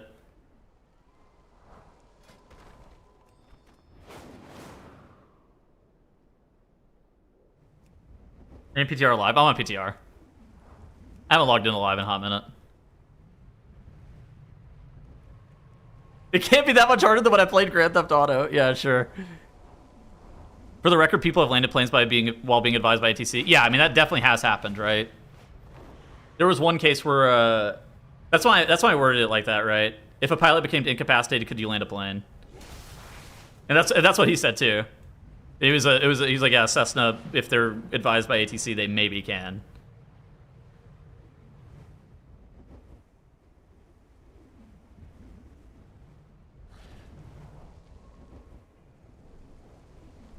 He's like, commercial plane? Oh, hell no.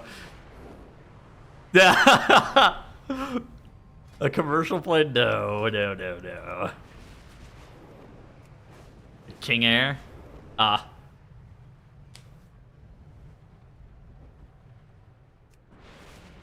The entire conversation on YouTube. There was one that happened in Florida that I read about.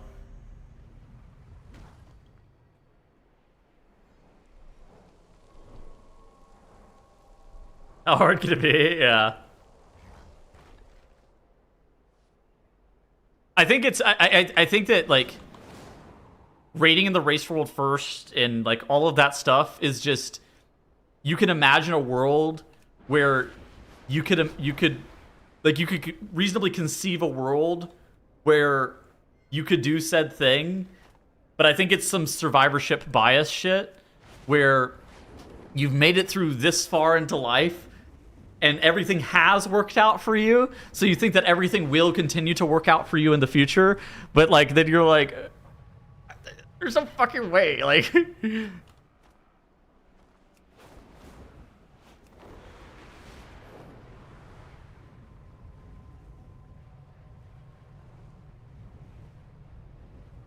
Yeah, I mean, there's definitely, like, how many people, for the amount of times that people have landed the Cessna, how many people didn't land the Cessna, right? You always hear about the stories about the people who did it. How many people died to not doing it, though?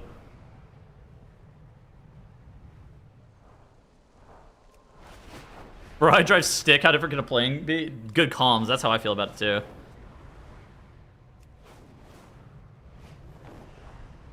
Like, dog, you work in sales. Looking forward to the next Delve boss. Dude, they're releasing the Delve boss at the wrong time. What's up with that shit? I can't do it. I'm busy. GG.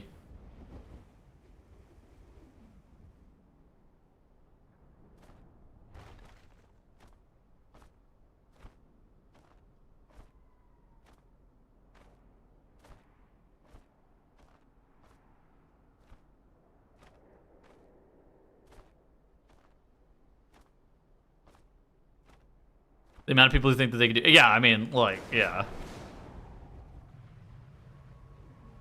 I think that's the problem.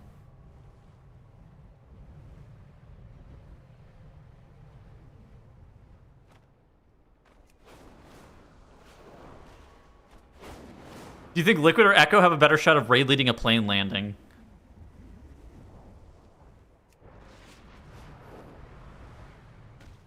I don't know, Echo maybe?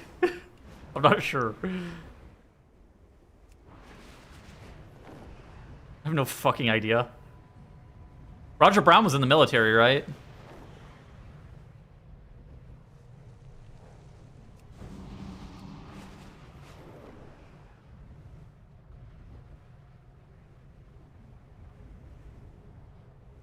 That's definitely tangentially related, sure. Yeah, if you could hold a gun in the Greek army, I'm sure you could land a plane. Those are tangentially related. You did military service? Yeah.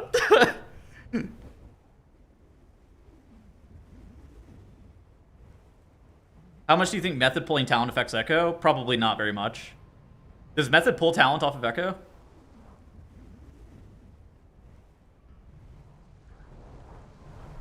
I'm pretty sure it's the other way around, no?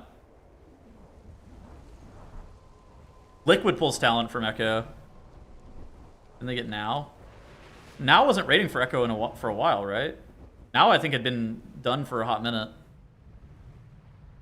I thought they rostered a few Echo players last year. I mean, they did, but like... Was that them taking the talent? Yeah, Now also was quit Method, and Now is back to Progress or whatever. But like... Yes, he's done again. I think that Echo looked at the exact same level that they had, and Method didn't look any better. So, like, I don't think...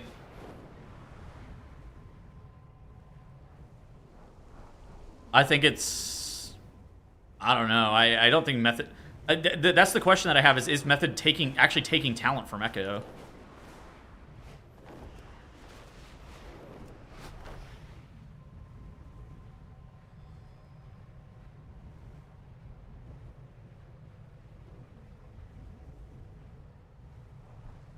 Perma third? I mean, yeah, for sure.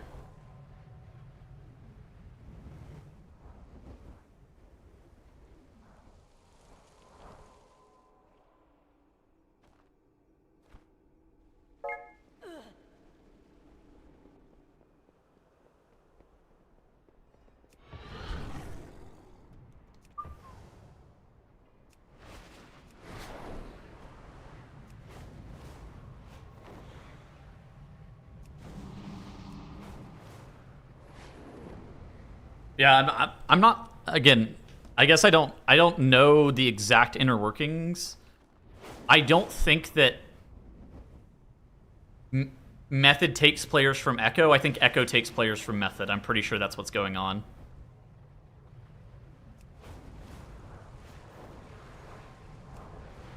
And then I think Liquid and Echo occasionally take players from one another, but...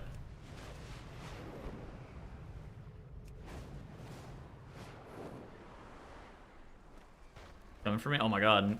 Now I was making a podcast? Holy fuck. That'd be sick.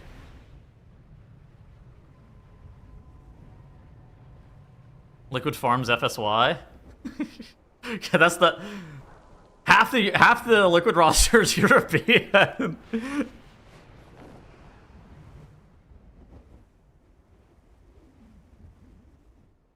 Wait, now... Is Now actually making a podcast? That's fucking sick.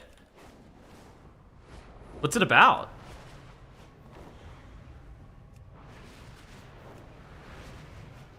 Actually, I didn't hear about this.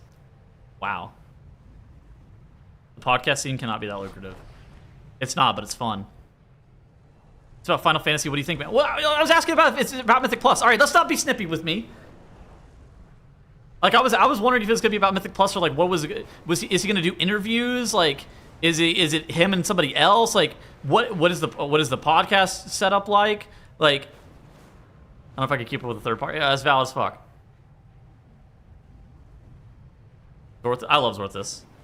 Is it good? He's gonna leak all the drama? Oh my god. That would be good. If he just starts leaking, doing like a preach drama time. Oh my god. Now doing a preach drama time would be a funny fucking shit, actually. I would love that.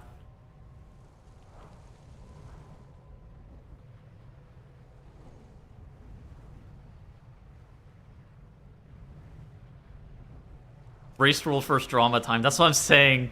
Oh my goodness. That'd be heat. Bridges be gone. Look. There's some shit that you're just waiting. Like there's everybody's got stories that they're just waiting to tell. You're just like, holy fuck.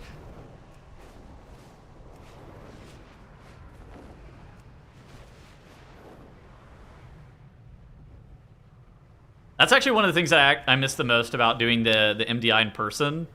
Is so whenever I first started casting the MDI, it was like 2019, and we were in Columbus, Ohio, and we were casting. I was casting with Sloot and Nagura, and both of those people have some fantastic stories about the WoW scene. Like that's one of those things that, like, oh, I was how old was I? 22, and so I was like relatively new to the WoW scene compared to them, and it was like just hearing their stories about the WoW scene over time is one of those things that, like, holy shit, this is sick. Make you reconsider flaming people online for sure.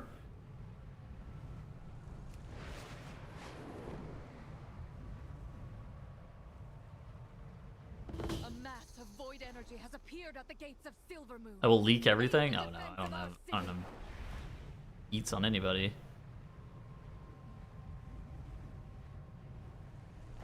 Alright. I also miss Nagura playing WoW. It's time to go get lunch. Who's streaming? Azuna's streaming. It's time for me to go get lunch. I also have to go finish up this Midnight Season 2 dungeon mechanics sheet. Stream getting lunch? Nah. Tomorrow, my Holy Priest 0 to Hero video comes out. If you want to watch that early, early access is up on my Patreon. For $5 a month, you can watch that video early. But other than that, yeah, the 0 to Hero video comes out tomorrow. What does Nagura do now? Well, I'm pretty sure she cycled to Berlin. I fucking hate Tettles being happy. What a dickhead. Recently. Fuck you, Tettles.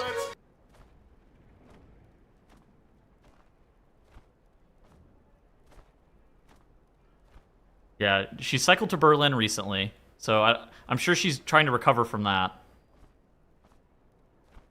Here, I'll show you guys the beginning of the video. Healing in World of Warcraft is a wild time. You have ping-ponging health bars, required knowledge of damage patterns, and that stupid DPS who asks you for 1 heal after they die with 2 defensives and a health potion available. And in the last 2 seasons, I've done a 0 to Hero challenge where I take a character from a completely fresh to an arbitrary skull or goal. The first season, this challenge was on my Elemental Shaman. Last season, the challenge was on a Brewmaster Monk. And well, this season, we have a priest, a Holy Priest.